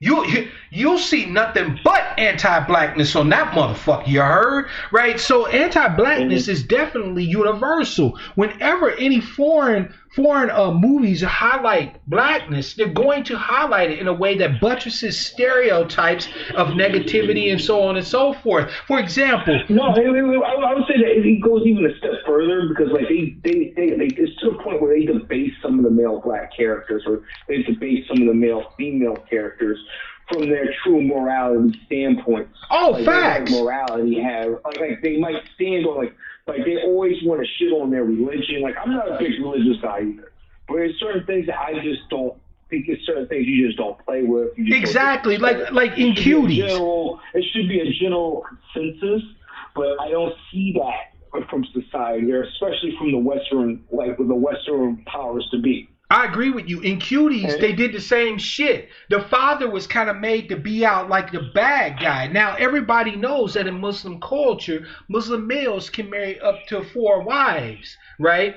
And this is something that is known as a part of their religious practice and their culture, right? So a man who would engage with another wife who already has a wife, how does that make him some sort of pariah? Like, her mother was portrayed as this great liberator for the little girl. Like, there was a scene at the end when the mother was going to the wedding of her husband with the second wife, and she told the daughter, you don't have to go if you don't want to, right? In other words, her mother was kind of saying, I'm giving you the agency I don't feel like I have, right? But that's stereotypical. If you're a part of that religion, you wouldn't necessarily feel like that it was a wrongness or a badness that your husband has a second wife. That's just a part of what it is to be Muslim in that milieu, right? So for them to try to make it seem like that the father was just this clueless dumbass who only thought about himself and didn't give a fuck how it was going to affect the rest of his family flies in the face of the reality of that shit. I agree with you 100%. Yeah, and that's one. And it's one thing that like Netflix, I noticed that they always do that, and specifically towards Muslim religion, and like even when they even try to break into the Wicca religion with that witch chick, they have her chasing some zaddy shit, like whatever stuff. No, you're right. Like, you talking about that. I started to see a big trend, and I've been starting to see a big trend when Professor Black Truth was on them about that saving Dion crap. Mm-hmm. So like I've been on Netflix a while. Like I have shows I might entertain. That's like once in like a month in a blue moon. But like I do see what they're pulling, and I don't like it. And it's probably more evident now because we're in COVID-19. Yeah. Because now if you want to watch Netflix all day, you can. I'm gonna leave it right up there. Yeah, no, you good, fam. Hey, thank you for the conversation, brother. I appreciate it. It was great conversation, great discussion. Of course, you know you're always welcome to call in anytime. Thank you, brother. I appreciate you. Yeah, peace and blessings, man. Peace, man. Wait. Oh, go ahead, fam. I wanted to can I give a shout out to one of my people down in the neighborhood? Yeah, absolutely. They served 1,000. It was a Black and Brown Coalition. I know we ain't with all that, but they served a greater community of everybody in the community, the people who need it the most, which was some of the Black folks and some of those Latino folks out there. So I just want to give a shout out. They served over 1,500 meals. That's what's up, fam. People that would need it in my community. So I just wanted to shout them out for that as well, because we gotta look out too as well. I appreciate that. Keep on saying we're doing the work out here too. All right, fam. Hey, thank you again, man. I appreciate you, fam. You take it easy. You too. Keep blessed, man. Peace. I will, man. Peace. Great call, fam. Yeah, I recognize that the movie was written from, a female standpoint of view. I just had my issue with the kind of the portrayal as the father as this clueless, kind of know nothing, not caring about the ramifications of the choices he's making type of thing, because that's very stereotypical, and I'm sensitive to that type of shit. 425-296-1980 is the number, fam. Sorry. It was off the screen. I put it back on there. 425-296-1980. What do y'all think about the Breonna Taylor case? Are y'all ready to stand down? You feel like she got justice? Yeah, Black Magic. I didn't think the movie was good. Like I'm sitting here telling you as a social critic, I didn't think the movie was that good. I really liked the actresses. I thought they did their roles really well. I wish I could have engaged with the main actress a little more, because I really would have liked to have been able to put myself in her shoes, and I didn't find a mechanism, a road to that. And that's one of the things that made the movie bad for me, because I wanted to be seeing it from her point of view, right? And I just couldn't get there. But what did it get its message across? Oh, yeah, it did. It sure the fuck did, right? But yeah, I just, like I said, I didn't think it was a good movie. But if you see it, do I think you're a horrible, closeted pedophile who's looking to bring the most abject degradation and depravity into our community? No, I don't think that. Not at all. Calling from 760, it's your man Mark Black. What's your name, where you calling from, and what's on your mind? Hey, this is AJ Walker. I've been in your comments. AJ, what's good, fam? Yeah, you've been doing the damn thing. So, AJ, you saw the movie, right? And you've been giving some pretty good. I saw the movie. You've been giving some pretty good commentary on it, fam. Talk to us. What's on your mind? Well, excuse me. I saw all of the the hype that flew. I think it was last weekend when it first jumped up there, and I saw all the white folks going crazy, losing their mind, Republicans and all that old kind of stuff. I'm like, what y'all upset about? But I didn't watch it until last night. And because I saw some other people, having a discussion about it. So I watched it. After their discussion, I'm like, one person was totally against it, called it pedophilia on display, so on and so forth. The other person was, no, it was actually a good movie, and it had this and that. I like movies. So finally I said, let me just watch it. And I like I said in the comments, I just can't believe why people were so, if they watched the movie, how they got so upset over those scenes that, less than, I'd go even further, I'd say less than 10 minutes. Yeah, it was, I'm serious, fam. It was literally like a very short period of the entirety of the movie that had anything that would make anybody really seriously uncomfortable. I mean, the overarching theme was evident throughout the movie, but those specific things that incensed everybody was like this much of the movie. It was like there was one of the things I saw. Oh, they pulled the girl's pants down in a fight.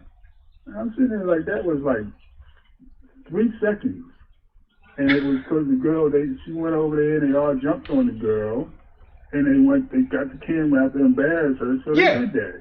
And think about this: we've seen. I worked in middle school. I worked in a middle school, and I've seen girls turn on each other in middle school for less. Oh yeah. They just decide, oh, I don't like what she's wearing today. Let's go after her. Whether it's physical or emotional, mental, they do that. I mean, it's not right. No, it's not right, but it's true to life. That's the thing. Right. The movie was true to life. Right. It was displaying an aspect of reality that most of us don't even want to examine, let alone see. But it was real. It was true to life. Right. And that's the thing. Those are the things that I saw, and I I'm scratching my head because I'm going through my mind as I'm watching it. Wait, this is what people were so upset about? This makes total sense in the context. Yeah, within the context of the film. It makes total context of real life. Right? AJ, I'm telling you, fam, you're a unicorn. Because the fact is that the vast majority of these folk that are out here running full bore saying that this movie is literally the downfall of black civilization and is a Trojan horse to introduce the love of sexualization of children to our people. That's not supported by the movie itself. There's no evidence for that. That is the polar opposite of this film. Exactly. From what I saw from the beginning to the end, the girl was obviously in trauma because what little girl who has a father wants? I mean, I understand your point about the Muslim culture and how that's part of their religion. Right. We're in the West. We don't do that. Yeah. However, I could also understand why a little girl who has a daddy would not be happy that daddy getting another wife. I could easily understand that. She would be upset about that. Yeah, I could easily understand that. Yeah, she's a kid. She doesn't know. Even the mother was having, issue with. Yeah, the mother was upset. As a matter of fact, what really triggered it for her daughter was her mother's upset. Right? When that scene when her mother got the letter from, because he was not in France with them. Right? He hadn't immigrated yet. Right? And so she got the information sent to her, basically, that he was taking another wife. And she was fucked up behind it. And her daughter saw her pain. And that missing her father, because she missed her, she loved her dad. It was obvious when he came in that one scene and he sat down next to her on the couch and he tried to touch her and she turned away. He said, no, I must. And he touched her head and he prayed over her. You could tell she was just upset at him. She was just mad at him, but she loved her daddy. You see what I'm saying? So, yeah, I mean, I could definitely understand her upset. I understand how being a part of this new, and plus, because they were so insular, right? Because when you're an immigrant, you don't necessarily feel like you're a part of the larger society. You don't move to a new country and just be like, okay, I'm French now and start kicking it. No, you still uphold your own culture, your own ways, and stuff like that, right? But this little girl is, because she's having to engage with, because she's a student and stuff like that, she's now got her feet in two worlds with no one on either side really helping her to navigate her way. Nobody from the French side is helping her to navigate her way, right? There was no French person or somebody of authority who was saying, hey, you know, let me introduce you to the good side. That's a perfect example. The Right. first scene at the school, the lady walks up to her, starts to give her the thing, then there's this little scuffle, and she walks away from her, never even gives her her schedule. Boom. You know, all of that, to me at least, all that's in the movie. You know, she's a fish out of water. She's grasping for something to hold on to. And you know, and here's the crazy part. When we have these conversations, right? Because it's not like black folk don't ever have conversations about this topic. We actually do. I think we're one of the few ethnic demos in this country that actually does talk about the sexualization of children. Not enough. I think we don't talk about it enough, but we do talk about it. True. The crazy part is that when we talk about it, we say shit like, man, where her family at? Where her people's at? Right? Like, we highlight the very things that were missing for this young girl in this movie. Like, that's the crazy part. The same things that we see as being issues that are driving our daughters and our girls to hypersexualization and choosing to embrace this kind of whore ethic, right? The same things that we highlight when we have these discussions was highlighted in the movie. It actually supported what we were saying, or what we've been saying is the problem in America and our culture that's causing our daughters and our girls to go that way. Right. She gets over there to France, and you know, the first thing she starts to look for are signals of how she should be, because she's not getting it from where they came from. Yep. You know, she steals his iPhone, and all of a sudden the whole world opens up to her, and she gravitates towards, you know, the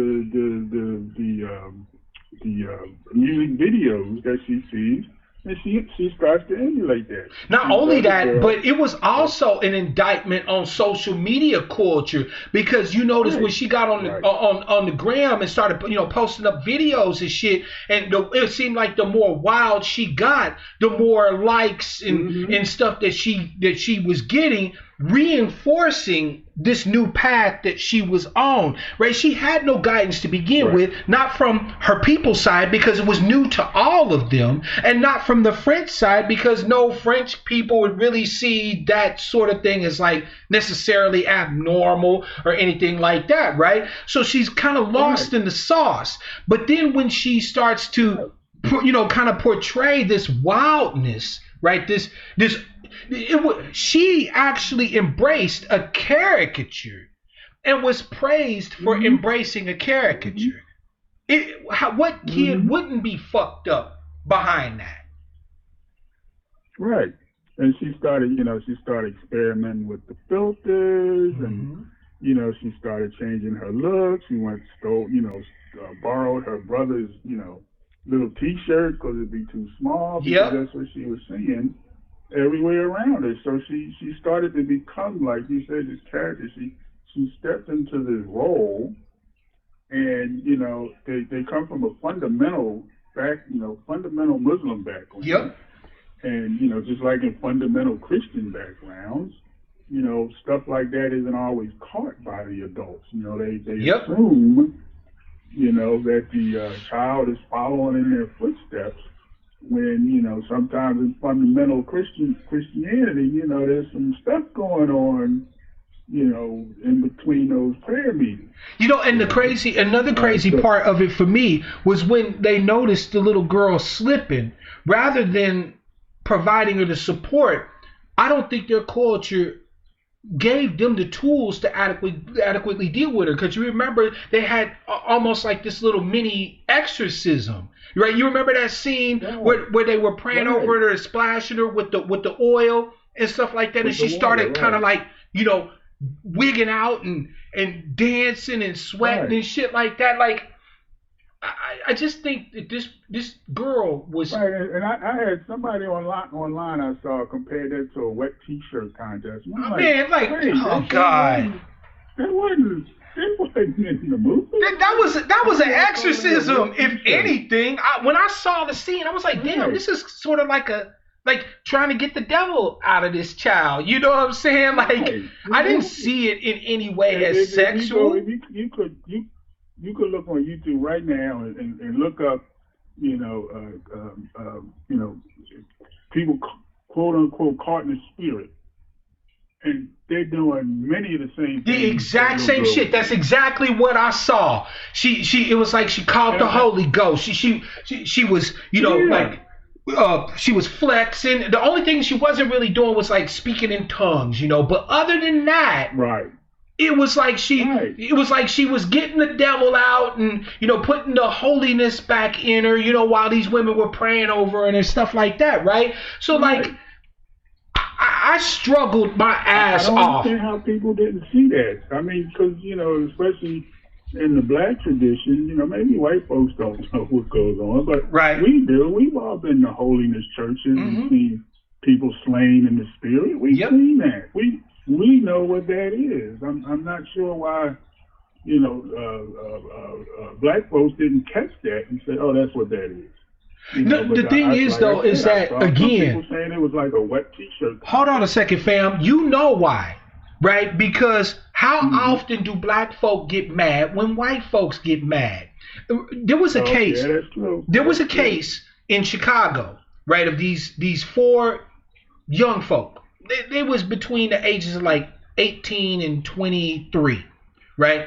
And they was hanging out with this white boy, and they were drinking, and the shit got stupid. They was cutting his hair, and they had him taped up, and all this and that and third, and they was fucking with him, right? They was fucking with him. Any grown up adult black person who saw that video that came out on it understood what happened. Right? He was getting fucked with. Right. Okay? Was it right? No. They was older. They should have maybe knew better. You know what I'm saying? But they was also inebriated. They was all drunk and intoxicated. Shit happens, right? Those four youths, those four young black folk have served time in prison.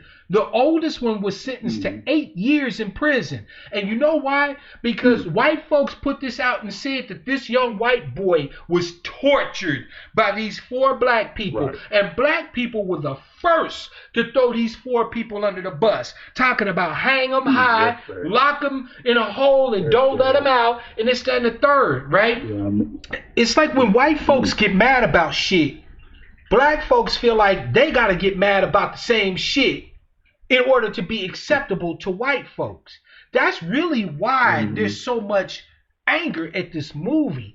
Most of the people that are angry about it have never seen it. But the people whose opinions they value, the people whose acceptance they want, are upset. And so they are upset. There's no thinking involved in any of this. It's all emotional.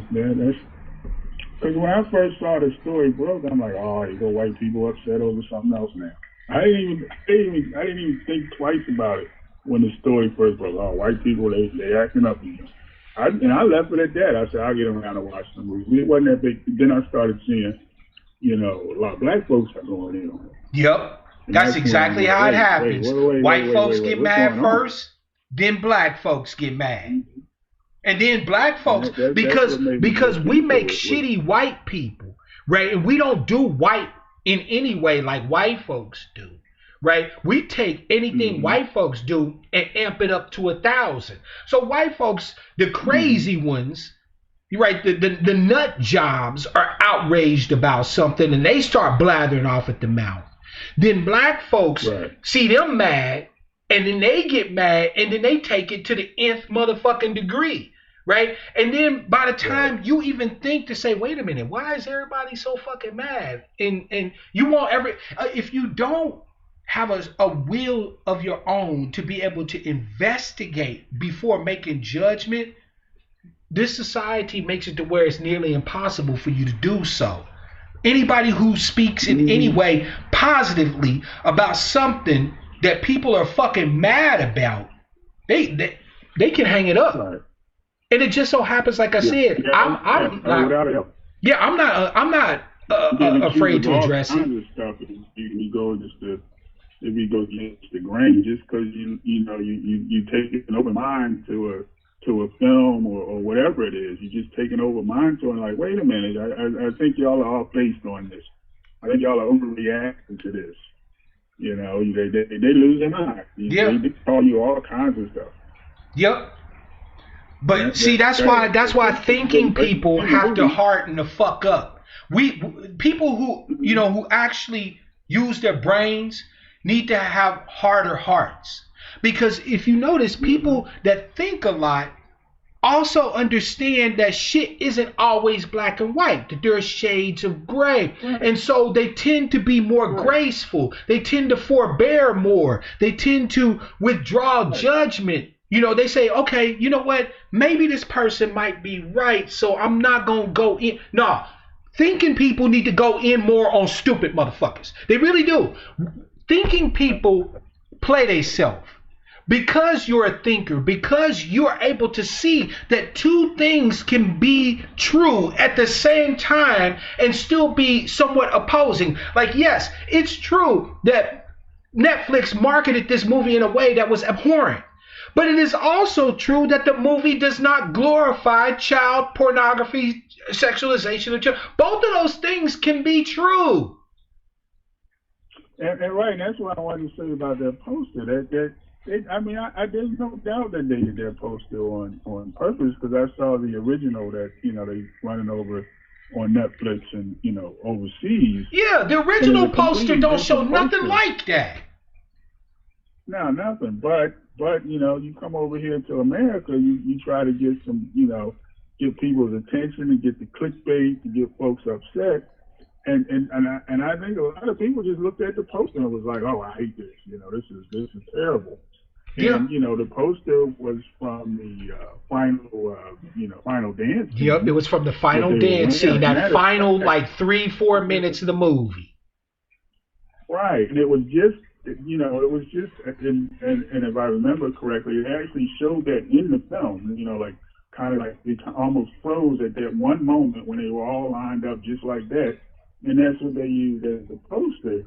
But, I think people, that poster was done on purpose to be, provocative, and it provoked a lot of people to get in their feelings and not even look at the film. Yeah. Which I think was a misstep on Netflix. I think they should have. I do think that they could have. They wanted to be provocative. I get that, but I think it set the wrong tone for the film, and it really turned a lot of people off from even giving the film a fairness. Yeah, I couldn't agree more. The way they did that shit. They had done something different with that poster. Maybe not as, because the one over that I don't think anybody would have watched that except folks over there, because that poster to me was like this was the shopping scene that they had when they were all walking down the street throwing stuff in the air. It was that poster. It was that image from that frame. And the thing is that no, I wouldn't have watched that either. Now the thing is that there were some scenes in the movie that were definitely uncomfortable, right? There were things in that movie that the movie wasn't about making us feel good, right? That's the crazy part about it. Like the whole goal of the movie was to make you uncomfortable. It was to make you see the sickness in this hypersexualization of children. It was not designed to make us say, oh, well, that wasn't that bad. No, if you left that movie and you were not disturbed, the movie didn't hit you right. Because that shit had me disturbed. Right. I was fucked up behind that movie. Right? And that was the whole point of the movie. Yeah, for me, like I said, I worked in middle school. So, some of this, I've already seen in real life. But, the redemptive arc of the story was about the little girl. Yeah. She started here, and by the end, she went through all of the, all of the stuff she went through. And at the end, it ended on such a note of in my opinion, positive. Oh, hell yeah. It sure did, man. When she went outside and just started jumping rope, and then in the street behind, you could see the sun up in the sky. It was like... She started smiling. Yes, she started smiling, and she just was a little girl again, man, and it was so beautiful. Yeah, I don't know that people watched the movie. They couldn't see that arc. I mean, there was an arc. It definitely had an arc to the story. And, she's on the stage, and people are reacting negatively to what they're doing. And it just hits her. What am I doing? What am I doing? Man, you could see it written on her face, like as if she was holding up a sign that says, "What the fuck have I done?" Like, it was, that girl could act her ass off. Shout out to the main actress of the story. That little girl could act her ass off. Every emotion in her head was written on her face. And when those tears started to run down her face, fam, I was bawling like a newborn fucking baby, and I'm not even ashamed to admit it. She had me. At that moment, I finally felt her. The condom, when she picked up that condom, and they all said, "What are you doing? You just got AIDS." I mean, that look, that acting on that little girl. I mean, I didn't know, because she just kept saying, I didn't know what I was doing when I picked up the condom and thought it was a balloon. I didn't know. Yep. I mean, just the movie was sad. It was painful. It was uncomfortable, and I think that was the whole purpose behind the movie. I would have actually been really outraged had I watched that movie and all it did was have these girls in these suggestive sexual elements, and there was no negativity about it. There was no pain behind it. There was no... That's glorifying the shit. That's what I think of when I think of them trying to Trojan horse that shit into our community. If they was having these girls win the competition and get all this money and become world famous for twerking and shaking their ass, right? I'd have been fucked up behind that. I'd have been super mad. Like, big mad. Right. But that didn't happen. That wouldn't have been a movie. That didn't happen. None of that happened. So, yeah, fam. Right. See, that's the thing. I really don't think that, so many people who had such a visceral reaction to this film, I really question whether they saw it or they just went off of, the trailer. Because I remember seeing the trailer and I'm like, what is this? I don't know if I want to watch this. Fam, you heard me. I dithered. I was like, yo, I don't think I want to watch this shit. And then when everybody started going in on it, I won't lie. I'm just as susceptible to her think as anybody else. When everybody else started kind of going in on the movie and shit, I'm thinking to myself like, damn, I'm kind of glad I don't want to watch this motherfucker. You know what I'm saying? Like, I was like, whoa, these people are flashing. That movie must be terrible. But I was laying there Sunday night, and I kept seeing, on my timeline and my feeds and social media, and just everybody going in on this movie. And I was just like, oh my goodness. I was like, you know how when you see something so much, you believe that it can't be that bad. Right? In other words, for me, I was willing to take the risk that they were right. But I had to know for myself. I wasn't just going to sit there and say, oh, well, fuck that, man. That damn trailer was horrible. And no, I can't ride. I can't support that shit. No, I had to know.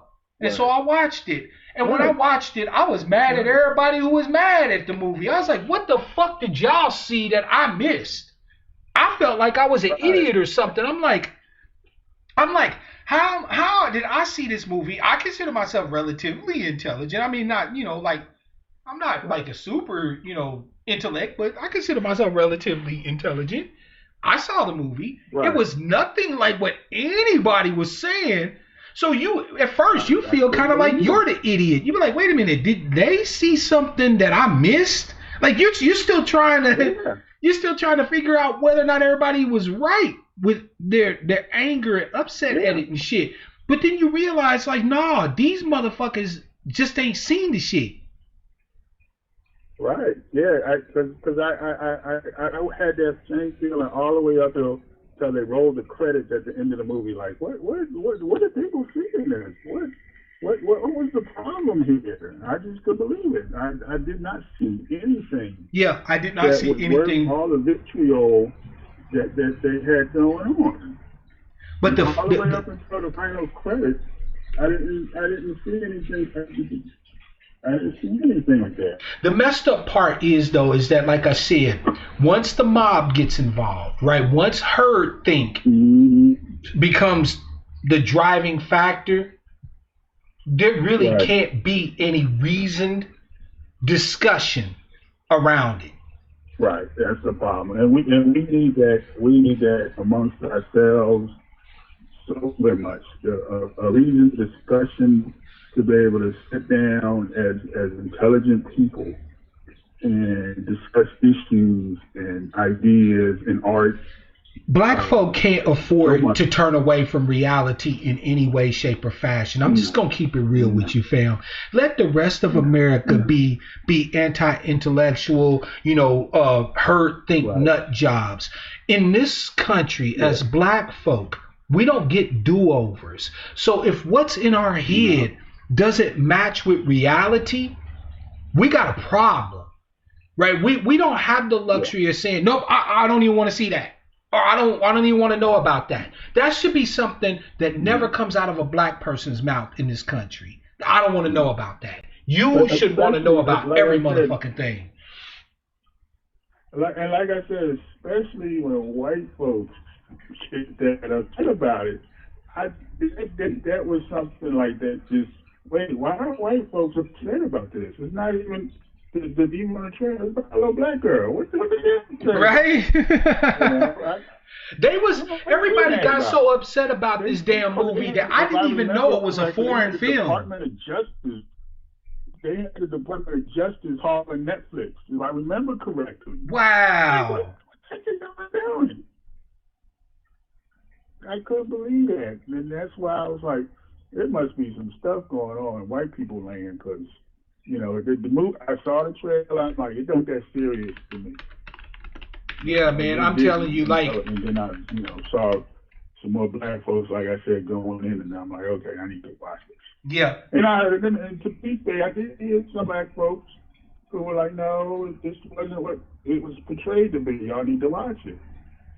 To be fair, there are some folks out there, some black folks out there that have that open mind to be able to say, you need to watch this because it's not what they said. Yeah. To be fair, but going back to also talking about first elimination, it's the same argument. You had a whole bunch of folks before the movie came out. Whole bunch of black folks, white folks, and then black folks jumped in on it because of the Nate Parker rape allegation that was like 10 years before the movie was out. And it wasn't an allegation. He actually was tried in a court of law and acquitted. Like the crazy shit that fucked me up about it was that here were people calling this man a rapist when he actually had went to trial, right? So there was a jury, a judge, and everything. The prosecutor ran their whole case and was acquitted. So here we are as black folk. Yeah, here we are as black folk. Right. That was and it was a white woman. So here we are as black folk calling this man something that even white society could not legitimately call him. We were calling this man a rapist when white society tried to label him as a rapist and couldn't do it. Right. Nope. Make that shit make sense. That was the thing. No, it didn't. It didn't. I saw the, and then I went and saw the movie. It played. I'm in California, so not many black people around here. So it played in the smallest one theater in the whole Tri-County area, the smallest theater they could find. It was about me and 5 other people. And I looked at that and I'm like, this is a beautiful film. people are missing out because of the foolishness of not seeing it and jumping to conclusions because what the feminists told them to. Yep. And the movie was good as fuck. It's a beautiful film. It was a good movie. I had my issues with some of it, but for the most part, it was a great fucking film. I'm glad I saw The Birth of a Nation. It was well worth watching. Nate Parker did an amazing motherfucking job as Nat Turner. Amazing job. The cinematography was strong. As a director, he did a great job. Oh my God, man! Like that movie was every motherfucking thing. And I'll be honest with you. That was kind of when I stopped really listening to a whole bunch of motherfuckers. Like, I'm not going to say I ever really was that guy that listened to a whole bunch of people because I'm a thinker. I'm never going to accept that everything is just everything. I'm going to investigate. I'm going to look. But when I saw everybody shit on our brother Nate Parker, accused him of being a rapist, even though he had been acquitted, then I went to go see his work, and his work was so motherfucking good. I was just like, man, fuck these niggas. I'm not bullshitting. Now, you can get mad at me if you want to. I was like, man, fuck these niggas. I don't give a fuck what they get mad about no more. I was good. Because I was like, man, this movie was great. I don't blame you because that's the exact same thing. I mean, I follow social media and I try to do my research on stuff. I read. I love reading. I read up on stuff. And I see what this person said, and I take an account, but I'm still going to go make up my own mind. Yep. And there's nothing wrong with that, fam. It's like I said, brother. I'm still going to go. Us thinkers. So that's important. Us thinkers, us black thinkers need to be more hard. Yeah. And the reason why I'm saying that is because, there's a lot of us, because I told y'all, I'm an introvert. My normal way is just to kind of keep quiet and not really interject myself into shit, right? But as a thinking person, as somebody who examines issues, who looks at both or even multiple sides of a particular issue, right?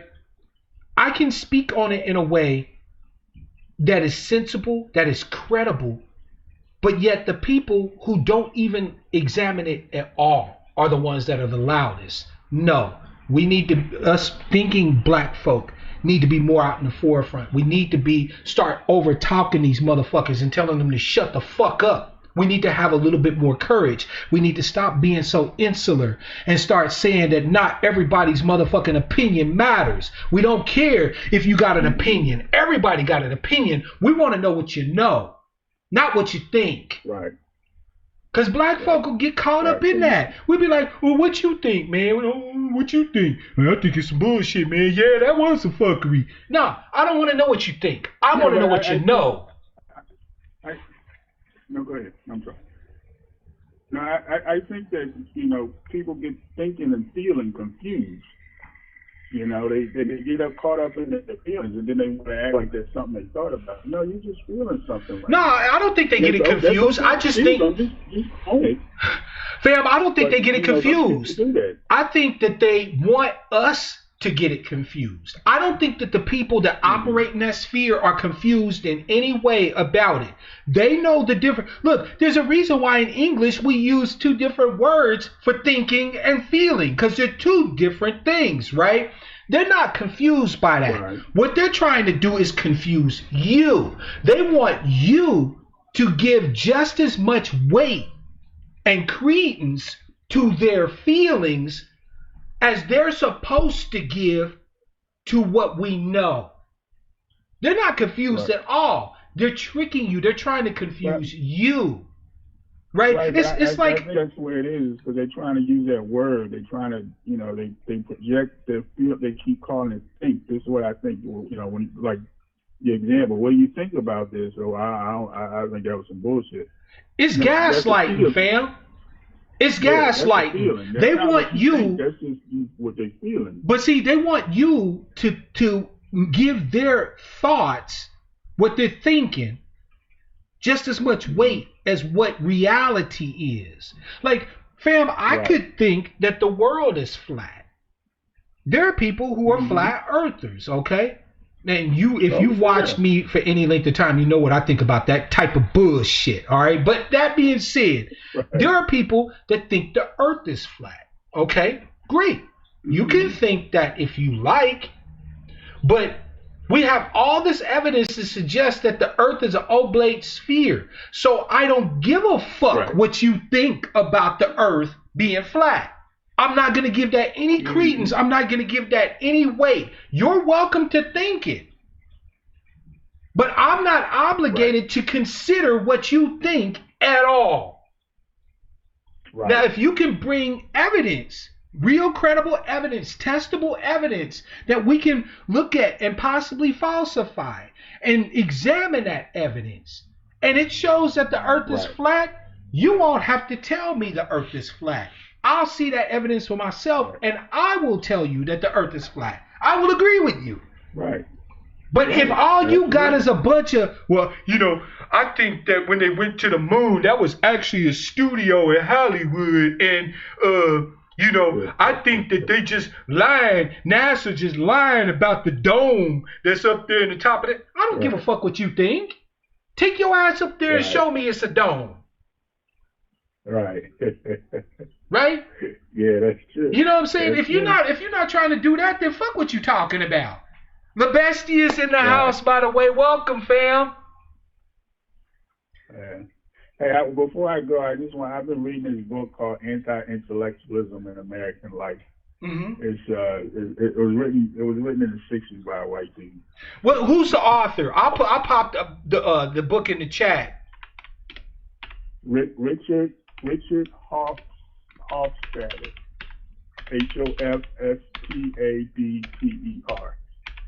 So it's anti-intellectualism in America? In American Life. In American Life, okay. And that, you said it's by Richard Hofstadter. Yeah. You know, written in the '60s. You know, so by a white guy. So you know, there's some obvious glossing over some issues. Mm-hmm. But his basic thesis is, I think, so far is a good one, and it looks at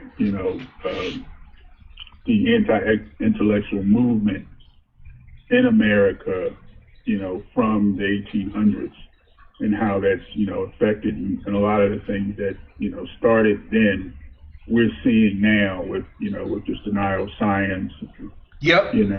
There's, we also have scholars like Carter G. Woodson, who talked about, in his book, The Miseducation of the Negro, he lays out in his work the reasons why we as a people have to embrace intellectual understanding if no one else does. Because anti-intellectualism it's all right if you a three-tooth having cousin fucking shit kicker who lives in Appalachia because you're still a white man. Mm-hmm.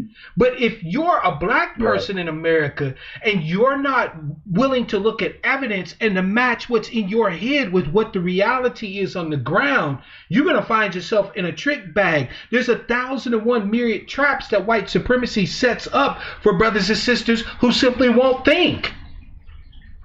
They have a myriad of ways of taking you out of the box if you don't use your noodle. Mm-hmm. Mm-hmm. And they'll do it. You won't even know what's going on. Exactly. You'll never have a clue of how you played yourself. Mm-hmm. End up in all kinds of stuff, or miss out on all kinds of opportunities. Facts. Because I'm trying to get a Dr. King quote together about how nothing pains people. I'm losing the quote. I'm gonna find the quote and I'm gonna put in the chat what Dr. King said about thinking. And I've always held on to that because I always thought it was such an important point that he made about how important it is just to think. And understanding and realize what and how people see things and say things and understand and how they pull it all together. But he had a great quote and I'll put in chat as soon as I find it, because I You know what, don't brother? want to misquote them. I'm going to tell you something. Anything that white America tries to dissuade us from, we should embrace, just as a matter of course. Yeah. Like if white America tells us, you know, you don't have to worry about looking at this topic or looking at this subject or whatever, that's one of the topics we should be looking at and paying the most attention to. When white folks is going off talking about, they hypersexualizing children, you should, we should have been running to watch that movie. Not because they could have been wrong or whatever the case may be, but you should have a natural, healthy skepticism of anything that the white collective says. Now, does that mean that science is bullshit? No. Does that mean that medicine is bullshit? No. Right? Well, what this means is that whenever you see the greater society at large on the same mind or of the same mind about a topic as a black person, your first instinct should be to look at the other points. It should be to look at the other arguments, the other sides. Because the fact is that they are regularly telling us how to think, how to feel, what to examine, what not to examine. But like our sister Strongflower said in the chat, if you let someone else do your thinking for you, you are a slave. You are literally their slave. If I can tell you what to think, how to think, what to examine, what not to examine, then I own you. You will do whatever the hell I tell you. That's the epitome of being a slave. Absolutely. And I refuse to see our people do that. There should never be a black person that says, I can't look at that. That should never come out of a black person's mouth on any topic. Man, I'm not looking at that. I can't fuck with that. That should never be us. We actually joke about it, brother, as a people. Like when we watching those I love nature shit, right? I love anything natural, like documentaries about animals and about different environments and stuff like that. I love that type of shit, right? So I watch a documentary on Antarctica, and I'll be sitting there watching something like that, and some brothers and sisters walk in the room, and they'll see all the ice and the penguins and shit, and they'll be like, see, that's one place niggas will never go. And I'm like, why not? Why not? Why can't we go to Antarctica and study that shit? You know what I'm saying? And it's bullshit anyway, because when you look at who discovered the North Pole, was a black man that helped discover the North Pole. Right. Robert Henson. Right. But you're trying to tell me that because it's cold and there's penguins and shit in Antarctica, niggas can't go there. There ain't no place on this planet or in this universe black people can't go. We should be the first ones talking about shit. What's on Pluto? What's on Chiron? What's on Mars? Right. What's up with Venus? Right. Why ain't we looking at that shit? Yeah. Man, I would love it if white folks got to Mars and found us there already. I try to bring up the whole discovery that they think they found some life on Venus. My friend looked at me like I was hungry. Don't you find it fascinating that no. My brother, who's a fundamentalist Christian, that science isn't true. They're just trying to get rid of God. That's not true. No, you look at the evidence. I'm not saying it is life. Man, some of the greatest scientists there ever been were also highly religious. I'm really hugely into physics, and there's a theory of the Big Bang theory, right? That was developed by a Catholic priest, Georges Lemaitre, right? He was a priest. You don't get any more religious than that. But he still saw the beauty in the mathematics. He still understood that, hey, God has his place, but we can understand as much of this as we are able to get our hands on and access, right? So, no, you can't use religion as an excuse. You can't use anything as an excuse as a black person. You need to be trying to know everything that you can, whether the topic makes you comfortable or not, whether it's something you're facile with or not. It doesn't matter. You need to be looking at everything. Right. Because you don't know what one thing we learn could save us all. It could save our people, right? Like I never understood how we were supposed to not look at this and not look at that and not look at this, but we're stuck in this grind. So we're stuck in this bullshit, but we're never supposed to examine nothing. So how do we get out? You got it. You're right. You're right. Absolutely. Fam, I appreciate you, man. Thank you for AJ for your input, man. For I'm glad to know that I'm not crazy, that I actually saw the movie the way I saw it, right? So I appreciate you, fam. And of course I'm gonna keep banging on the drum. Like I said, I just happen to just not give a fuck. You know what I'm saying? So, but hey, I appreciate you, fam. I appreciate your input. Yeah, and find that quote, I'm gonna drop it in the chat. I appreciate that, fam. You do that, and thank you again, man, for the call. All right, thank you. It was a great call, good show, and I'm glad I found you. All right, brother. Peace to you. All right. Yeah, family. I mean, damn. There's no place on this planet, no place in this universe I don't want to see black people. Period. There's no. You can't tell me black people. Oh, nigga, I can't live in Alaska. Why not? They make coats and gloves and shit. They still have Inuit and Inupiaq people up there that you can learn about how to live off the land, dog. How come you can't live in Alaska? The hell you say? Oh, man, I wouldn't live in no damn desert. Why not?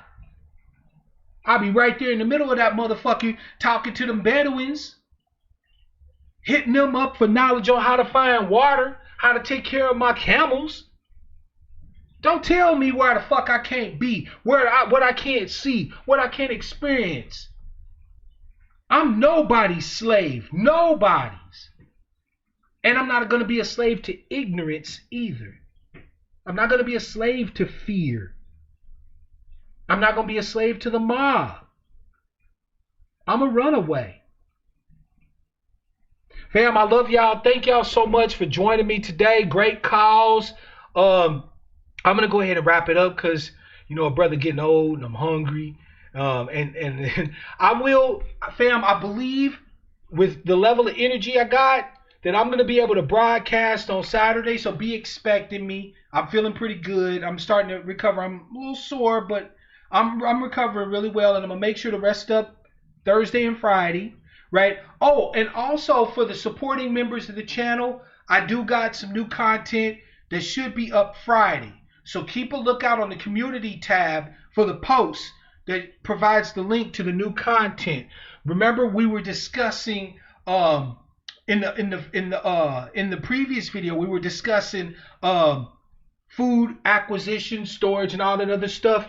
In this one, we're going to talk about firearms. So be on the lookout for that because a lot of you have asked some really good questions, and I want to lay y'all out some strategies, some ideas on how to, to handle that piece or whatever the case may be. So that for the supporting members is coming out Friday. Fam, I will see the rest of you Saturday. Thank you all so much. I love you all. I'm your brother. Stay fighting these motherfuckers. Never, ever give them a moment of rest. All right? And until the next time I see you, fam, as always, I want to wish you all love, peace, prosperity, and power. Real power to our people. People complain about young black male